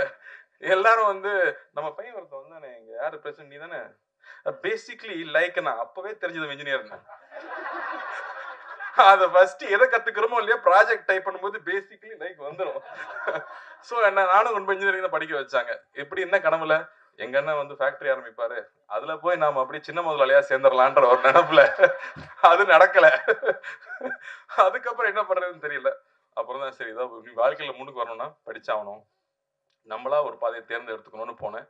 அப்போ நான் இன்ஜினியரிங் படிச்சு முடிச்சதுக்கு அப்புறமா ஒன்று தெளிவாக புரிஞ்சுது. எனக்கு வந்து இன்ஜினியரிங் எல்லாம் பிடிக்கல, எனக்கு சினிமா பிடிச்சிருக்கு. அது சொல்றதுக்கு ரொம்ப வெக்கமா இருந்துச்சு, ஆனால் அதை சொல்லி தான் ஆகணும். எங்க அண்ணனுக்குலாம் அவ்வளோ இன்ட்ரெஸ்ட் கிடையாது, எனக்கு பிடிச்சிருந்துச்சு. ஸோ நான் தைரியமா அப்பா கிட்ட சொல்லிட்டு இல்லைப்பா நான் திரும்பி வரேன், நான் சினிமாவில் ட்ரை பண்ண போறேன், கத்துக்கணும்னு தான் நினைச்சேன். எதுவுமே எனக்கு தெரியாது, கத்துக்கணும்னு ஆசைப்பட்டு வந்தேன். ஆனா இதுதான் அப்படின்னு நான் முடிவு பண்ணதுக்கு அப்புறமா எனக்கு எல்லாமே நடந்துச்சு.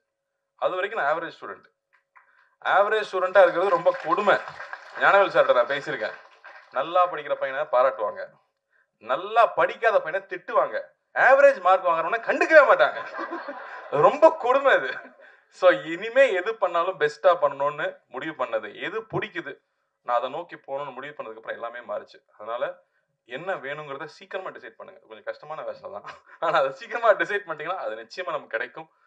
தொடர்ந்து படிங்க. கல்வி பெரிய ஆயுதமா இருக்கு. இங்க வந்து ஒவ்வொருத்தரும் அவங்களோட எக்ஸ்பீரியன்ஸ் ஷேர் பண்ணும்போது, நாங்கள் அகரமுக்கு வரும்போது ஒவ்வொரு வாட்டியும் அது புதுசா இருக்கும்.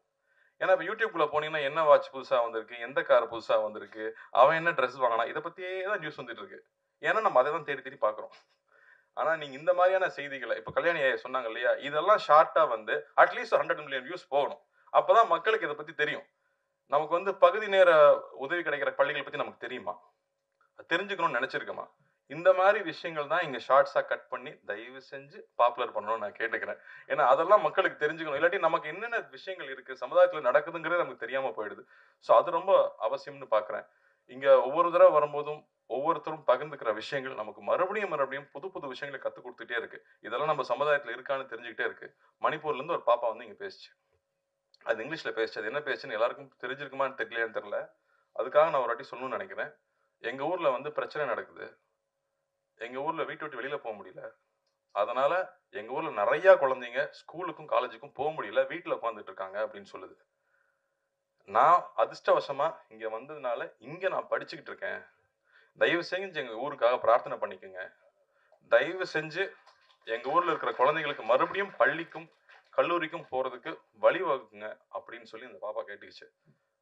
அதை நம்ம அந்த சிச்சுவேஷன் நம்மளால உணர முடியுமா? நம்ம வந்து தமிழ்நாட்டில் இருக்கோம், அதெல்லாம் என்னன்னு நமக்கு தெரியல. ஆனா அங்கிருந்து படிப்புக்காக அந்த பொண்ணு இங்க வந்திருக்கு.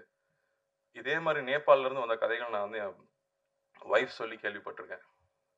அங்கிருந்து வந்து படிக்க முடியாது, தப்பிச்சு வரணுங்கிறப்ப லேக் எப்போ உறையுமோ, அங்க லேக் இருக்குமா, அந்த லேக் உறைஞ்சா கல் ஆயிருமா.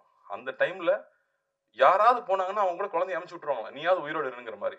அப்படி நடந்து வரும்போது ஐஸ் சாப்பிட்டுக்கிட்டே வருவாங்களாம். அப்படி வந்து இங்க குழந்தைங்க படிச்சு அவங்க பெருசா வந்திருக்காங்க. அப்படி கல்விக்காக எவ்வளோ விஷயம் நடக்குது அப்படின்னு நினைக்கும் போது ரொம்ப ரொம்ப ஆச்சரியமா இருக்கு. அதனாலேயே தான் இன்னைக்கு எங்க போனாலும் நீங்க வந்து எனக்கு படிப்புக்கு ஹெல்ப் பண்ணுங்கன்னு சொன்னா, இங்க நம்ம எனக்கு தெரிஞ்சு தமிழ்நாட்டில் யாரும் இல்லைன்னு சொல்லவே மாட்டாங்க. நிச்சயமா ஹெல்ப் பண்ணுவாங்க நம்புறேன். அதே மாதிரி நானும் கேட்டுக்கிறேன். உங்க வீட்டுல வேலை செய்யறவங்களா இருக்கலாம், பக்கத்துல இருக்கிறவங்களா இருக்கலாம், படிப்புக்குன்னு கேட்டா கையில கொடுத்துடாதீங்க, ஸ்கூல்லயே போய் காசை கூட கட்டிடுங்க. அது பெரிய ரிசல்ட் கொடுக்குது அப்படின்னு நிச்சயமா தெரியுது. அதுக்கப்புறம் என்னோட பொண்ணுக்கு வந்து ஒரு ப்ராஜெக்ட் இருந்துச்சு. அப்பா சொன்ன மாதிரி காஸ்ட்லியான ஸ்கூல் தான். பட் எனக்கு ரொம்ப ஆசையா இருக்கும், கிளாஸ்மேட்ஸ் வந்து எல்லா தரப்பு குழந்தைகளோடையும் குழந்தைகள் பழகணும்னு ஆசையா இருக்கும். அப்படி அவங்களுக்கு ஒரு ப்ராஜெக்ட் இருந்துச்சு. ஒரு கவர்மெண்ட் ஸ்கூல்ல போய் அங்க இருக்கிற குழந்தைங்க கிட்ட ஒரு ப்ராஜெக்ட் பண்ணி அவங்க இன்ட்ராக்ட் பண்ணி, நீ ஏன் ஸ்கூலுக்கு வர, ஸ்கூலுக்கு வரதுக்கு உனக்கு ஏன் பிடிக்குது, உங்க அப்பா ஸ்கூலுக்கு அனுப்பலன்னா நீ எப்படி சண்டை போட்டு வருவ அப்படின்னு கேட்கறதுக்கு ஒரு ப்ராஜெக்ட். அதுல தன் வயசுல இருக்கிற குழந்தைகள் கூட போய் அங்க உட்கார்ந்து பேசி அவங்க ஒரு ப்ராஜெக்ட் பண்ணிட்டு வந்தாங்க. அதுக்கப்புறமா ஒரு ஒரு ப்ராஜெக்ட் வச்சு எக்ஸ்பிளைன் பண்ணாங்க. அப்போ வந்து ரொம்ப இன்ட்ரெஸ்டிங்காக ஒரு விஷயம் நடந்துச்சு. எஜுகேஷன்னா என்ன அப்படிங்கிற கேள்வியை கேட்குறாங்க, பாப்பா கிட்ட கேட்குறாங்க. அது சொல்லுது, சக மனுஷனை மதிக்க கற்றுக் கொடுக்குது அப்படின்னு. சரி, அப்போ ஓகே, அப்போ அது எவ்வளோ முக்கியமாக இருக்குது அந்த விஷயம் அப்படிங்கும்போது எனக்கு ரொம்ப ரொம்ப பெருமையாக இருந்துச்சு. ஸோ அந்த புரிதல் எல்லாருக்கூடையும் போய் பழகிறப்ப தான் கிடைக்குது. அதனால நாமளும் குழந்தைகளை எல்லாருக்கூடையும் பழகிறதுக்கான சந்தர்ப்பங்களை ஏற்படுத்தி கொடுக்கணும்.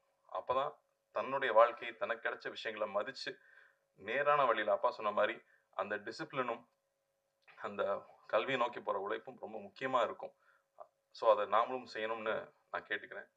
வாய்ப்பளித்ததுக்கு நன்றி, ரொம்ப ரொம்ப சந்தோஷம். அகரம் தம்பி தங்கைகள் எல்லாருக்கும் என்னுடைய வாழ்த்துக்கள். தைரியமா இருங்க, இன்னைக்கு எந்த காம்ப்ளெக்ஸும் வச்சுக்காதீங்க. ஒருத்தனுக்கு 1 வருஷத்துல கிடைக்கும், ஹார்ட் ஒர்க் பண்ணால் நமக்கு 5 வருஷத்துல கிடைக்கும், இல்லை 10 வருஷத்துல கிடைக்கும். ஒர்க் பண்ணுங்க, எவ்வளோ லேட் ஆகுதோ அந்த அளவுக்கு போனஸ் பெருசாக கிடைக்கும். அவ்வளோதான். இருள் சூழ் உள்ளங்களுக்கு கல்வி எனும் ஒளியை தந்து வாழ்வை வளமாக்கும் வள்ளல், ஆயிரக்கணக்கான விதைகளுக்கு அண்ணனாக திகழ்பவர் எங்கள் சூர்யா அண்ணா அவர்களை சிறப்புரையாற்ற அழைக்கிறேன்.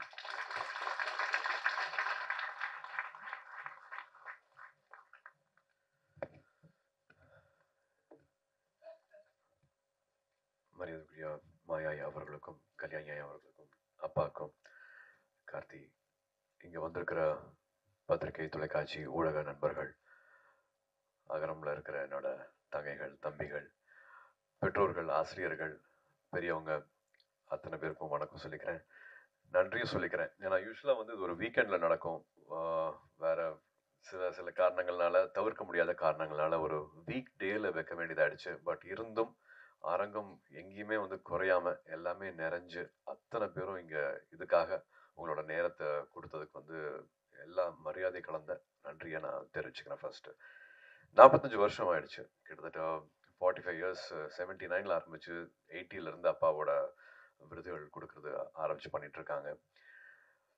அகரம் கிட்டத்தட்ட 20 இயர்ஸ் தொடப்போகுது.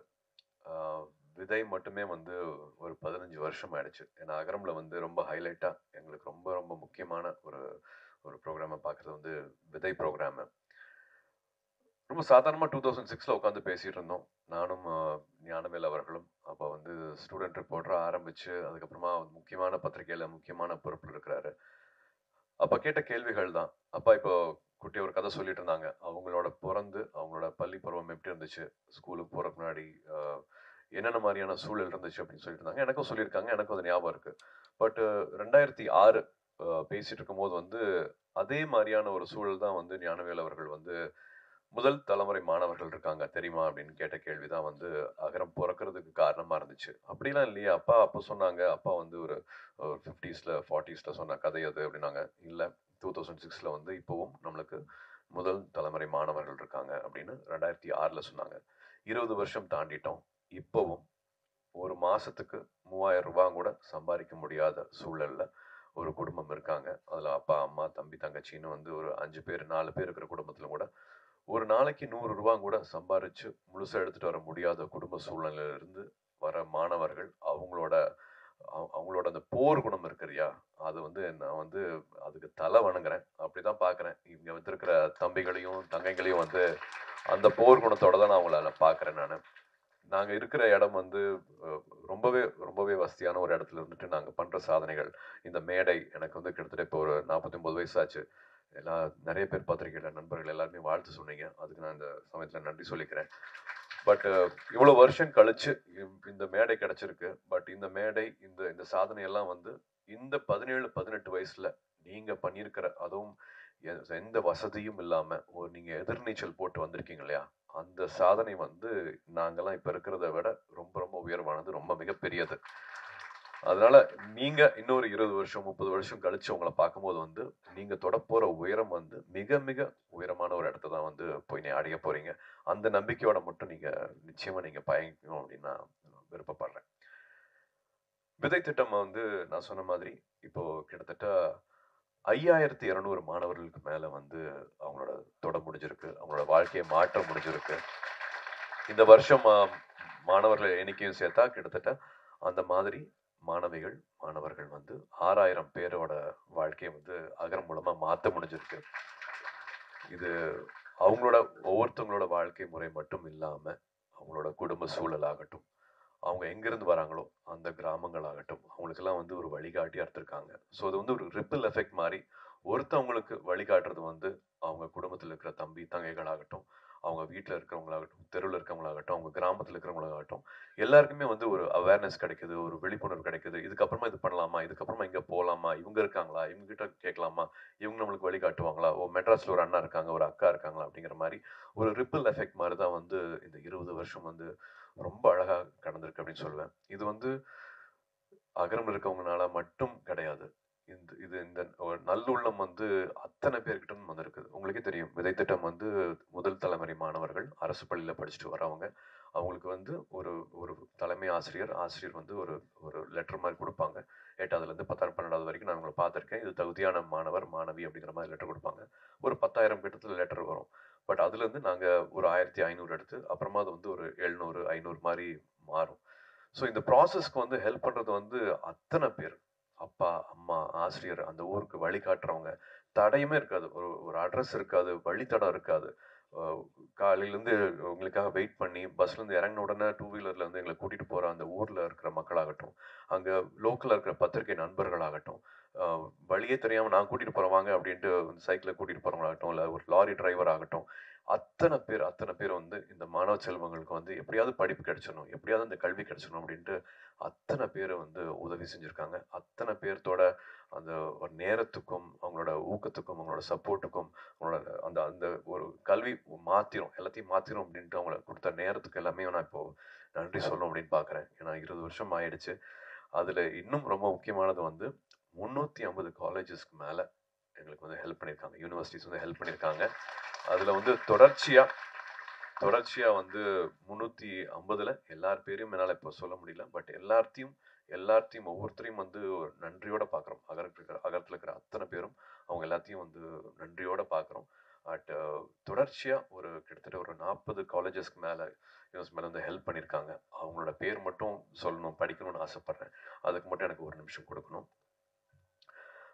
அறுபடை வீடு institute of technology Chennai, Agni engineering college Chennai, Alpha arts and science college Chennai, Apollo arts and science college Chennai, Apollo hospitals Chennai, Aravind eye hospitals Chennai, ABC polytechnic college Mayiladuthurai, Bharath university Chennai, builders engineering college Erode, Dhanish Ahmed college of engineering Chennai, DOT school of design Chennai, doctor MGR university Chennai, Excel college of engineering Erode, Einstein Group of Institute, Tirunelveli, Hindustan Group of Institutes, Coimbatore, JPR Mamalan Group, Chennai, Kaveri Hospitals, Chennai, KG Hospitals of Pharmacy and Research Institute, Villupuram, Kumaraguru College of Liberal Arts and Kumaraguru College of Technology, Coimbatore, MAM Group of Institutions, Trichy, Michael Job College of Arts and Science College for Women, Coimbatore, Dr. MGR Janaki Arts and Science Women's College, Chennai, Nanda Arts and Science College, Erode, Pavai Engineering College, Namakkal,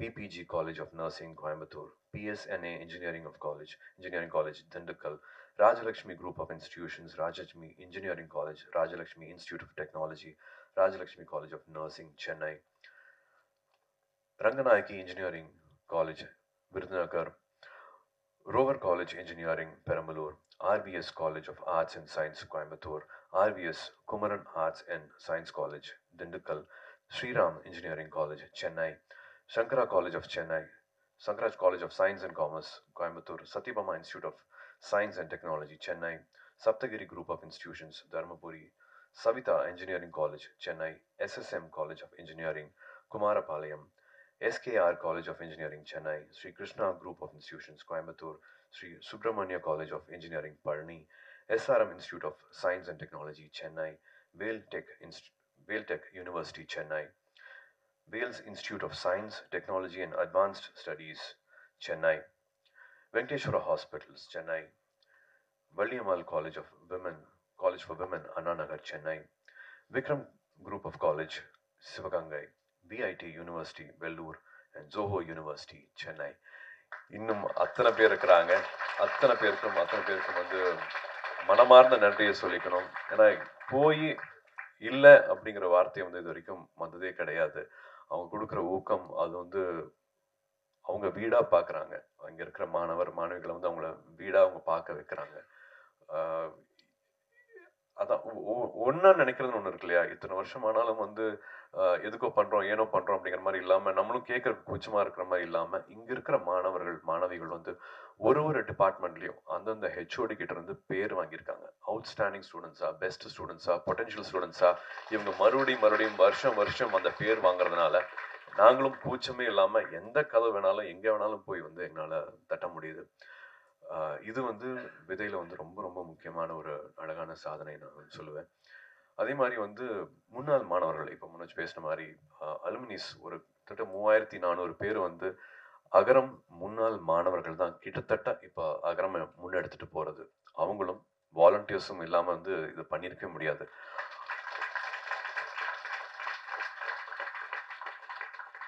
அத்தனை புது விஷயங்களும் இது வந்து இது வேண்டாம் இது பண்ணலாம் அப்படின்ட்டு அகரம் புதுப்பிக்கிறது வந்து அகரம் முன்னாள் மாணவர்கள் அலுமினைஸும் வந்து தன்னாளவர்களும். அவங்களோட இன்னும் ஸ்பெஷல் ப்ராஜெக்ட் பார்த்தா வந்து தை அப்படின்னு சொல்லுவேன், வழிகாட்டிகள்னு சொல்லுவேன்.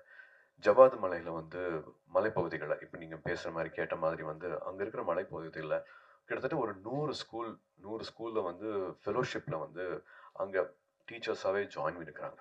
முன்னாள் மாணவர்கள் வந்து அங்கே கிட்டத்தட்ட ஒரு 60 பள்ளிகளுக்கு மேலே வந்து மறுபடியும் அதை புதுப்பிச்சு மறுபடியும் அவங்க மாணவர்கள் சேர்க்கையை அதிகரித்து அங்கே வந்து 1 வருஷம் 2 வருஷத்துக்கு மேலே அந்த சூழ்நிலை வந்து ரொம்ப வேற மாதிரி. அங்கேயே தங்கணும், அந்த சமூகத்து கூட பழகணும், ஃபோன் வசதிகள் இருக்காது, அங்கே தான் தங்க முடியும், அடிக்கடி வெளியில் வந்துட்டு போக முடியாது.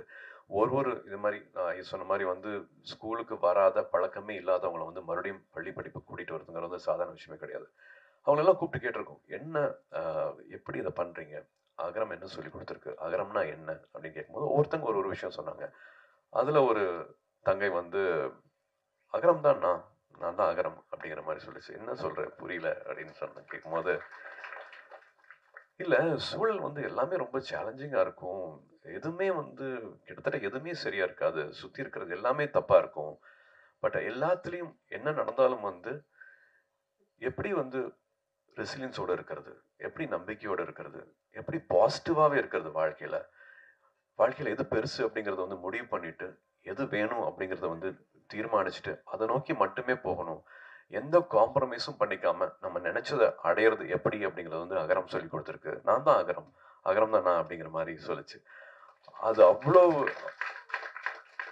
அது ஒவ்வொரு மாணவிக்கும் ஒவ்வொரு மாணவனுக்கும் அகரம் இருக்கிற அத்தனை பேருக்கும் வந்து அது ஒரு எடுத்துக்காட்டு மாதிரி இருந்துச்சு அவங்க சொன்ன அந்த வார்த்தை.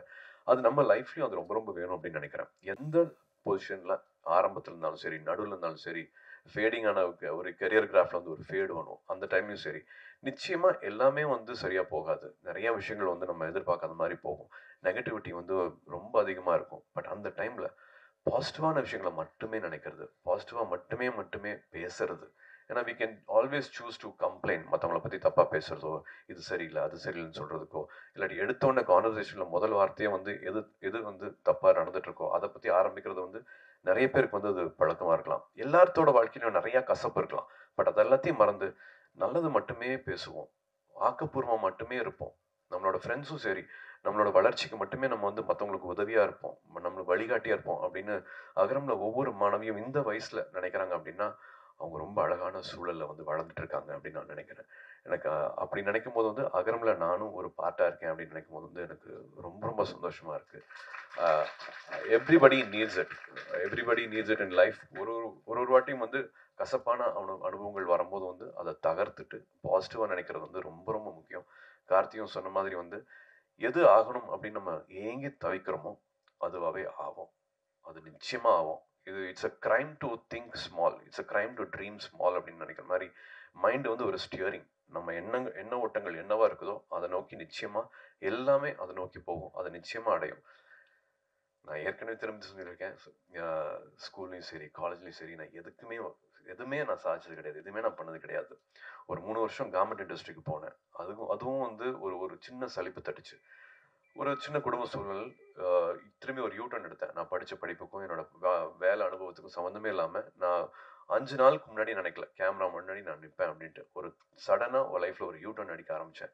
நேருக்கு நேர் ரிலீஸ் ஆனதுக்கு அப்புறமா தான் வந்து அதை இவ்வளோ அன்பு கொடுக்குறாங்களே, ஏன்னா நான் இதுக்கெல்லாம் தகுதியா, இதுக்கு நான் என்ன பண்ண போகிறேன், என்ன கைமாறு பண்ண போகிறேன் அப்படிங்கிறதுக்கு அப்புறமா தான் வந்து நான் வாழ்க்கையில் வந்து இன்னும் கொஞ்சம் நான் ஒழுங்காக உழைக்கணும், இந்த அன்புக்கு இந்த நான் தகுதி ஆக்கிக்கணும் அப்படின்னு ஆரம்பித்தேன். அப்படி ஆரம்பிச்சனால இந்த நிலைமைக்கு வர முடியுதுன்னா, நீங்கள் உங்களோட சிந்தனைகள் வந்து சரியாக வச்சுருந்தீங்கன்னா யார் வேணாலும் என்ன வேணாலும் ஆகலாம். என்னோட ஒன்றுமே இல்லாத நான் வந்து இந்த இடத்துலையும் இந்த இந்த இந்த மாதிரி ஒரு அன்பு கிடைக்கிற நிலைமைக்கு வந்து என்னால் வர முடிஞ்சிருக்கு அப்படின்னா, இது 17 வயசுல வந்து இவ்வளோ சிரமங்களுக்கு தாண்டிட்டு நீங்கள் அடைஞ்சிருக்கிற இந்த இடம், நீங்கள் செஞ்சிருக்கிற இந்த சாதனை, இந்த மார்க்ஸ், இது எல்லாமே பண்ணக்கூடிய அந்த அந்த அந்த வீரியம், அந்த தைரியம், அந்த பவர் இருக்குன்னா நீங்கள் தொடக்கூடிய எல்லைகள் வந்து நீங்கள் தான் அந்த எல்லையை வந்து நீங்கள் தான் முடிவு பண்ணணும். எங்கே வேணாலும் போகலாம், எது வேணாலும் பண்ணலாம், எதுவுமே தடை கிடையாது. இப்போ இருக்கிற சூழல், இப்போ இருக்கிற சின்ன சின்ன பிரச்சனைகள்லாம் வந்து 6 மாதம் கழிச்சு நீ அது ஒரு பிரச்சனையே இருக்காது. ஒரு 3 வருஷம் கழிச்சு நீ அப்படி ஒரு சிந்தனையே இருக்காது உங்கள் வாழ்க்கையில். ஸோ தயவு செஞ்சு வந்து இப்போ இருக்கிற பிரச்சனைகளை வந்து ரொம்ப சின்னதாக்கிடுங்க. நாகேஷ் எல்லாம் சொல்கிற மாதிரி வந்து இங்கே வச்சு பார்த்தா தான் அது பெரிய பிரச்சனையாக இருக்கும். அந்த சின்ன அந்த இப்படி தள்ளி போயிடுச்சுன்னா வந்து ஒரு சின்ன தூசி மாதிரி ஆயிரும் அந்த பிரச்சனை. ஸோ அது விலகி இருந்து பாருங்கள். இப்போ இருக்கிற பிரச்சனையும் ஒரு பிரச்சனையாகவே நினைக்காதீங்க. Only think positive, have only positive thoughts. வாழ்க்கை இன்னும் ரொம்ப அழகானது. வாழ்க்கையை நிறைய நம்பிக்கை வைங்க. நினைக்கிற விஷயங்களை நிச்சயமாக நம்ம சாதிக்க முடியும். ஐயா சொன்ன மாதிரி வந்து அப்பாவும் சொன்ன மாதிரி வந்து அப்பா 20 வருஷத்துக்கு முன்னாடியே வந்து சூலூரில் ஆரம்பிச்சிருக்காங்க. ஸ்கூல் மேனேஜ்மெண்ட் கமிட்டி, எஸ்எம்சின்னு சொல்கிற பள்ளி மேலாண்மை குழு வந்து ரொம்ப ரொம்ப முக்கியமான அழகான மாற்றங்களை கொண்டுட்டு வந்துட்டுருக்கு. 2 வருஷமும் அந்த மாற்றங்களை பார்த்துட்டு இருக்கோம். அதுக்கும் வந்து இங்கே இருக்கிற மாணவர்களுக்கு நான் நன்றி சொல்லிக்கிறேன்.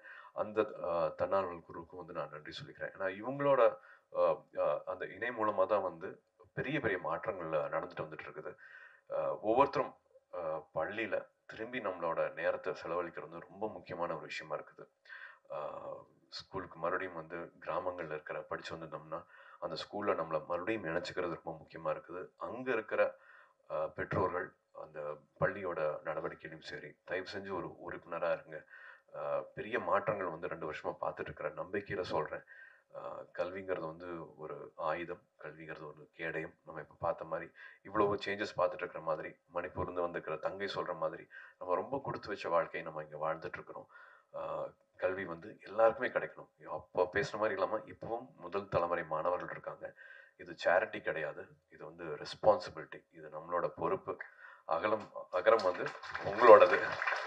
அது எப்பவும் தொடர்ந்து போகிறதுக்கு எல்லாரும் ஊர் கூடி தேர் எடுப்போம். எல்லாருக்கும் ரொம்ப ரொம்ப நன்றி. இந்த நேரம் கொடுத்ததுக்கு ரொம்ப ரொம்ப நன்றி. வணக்கம்.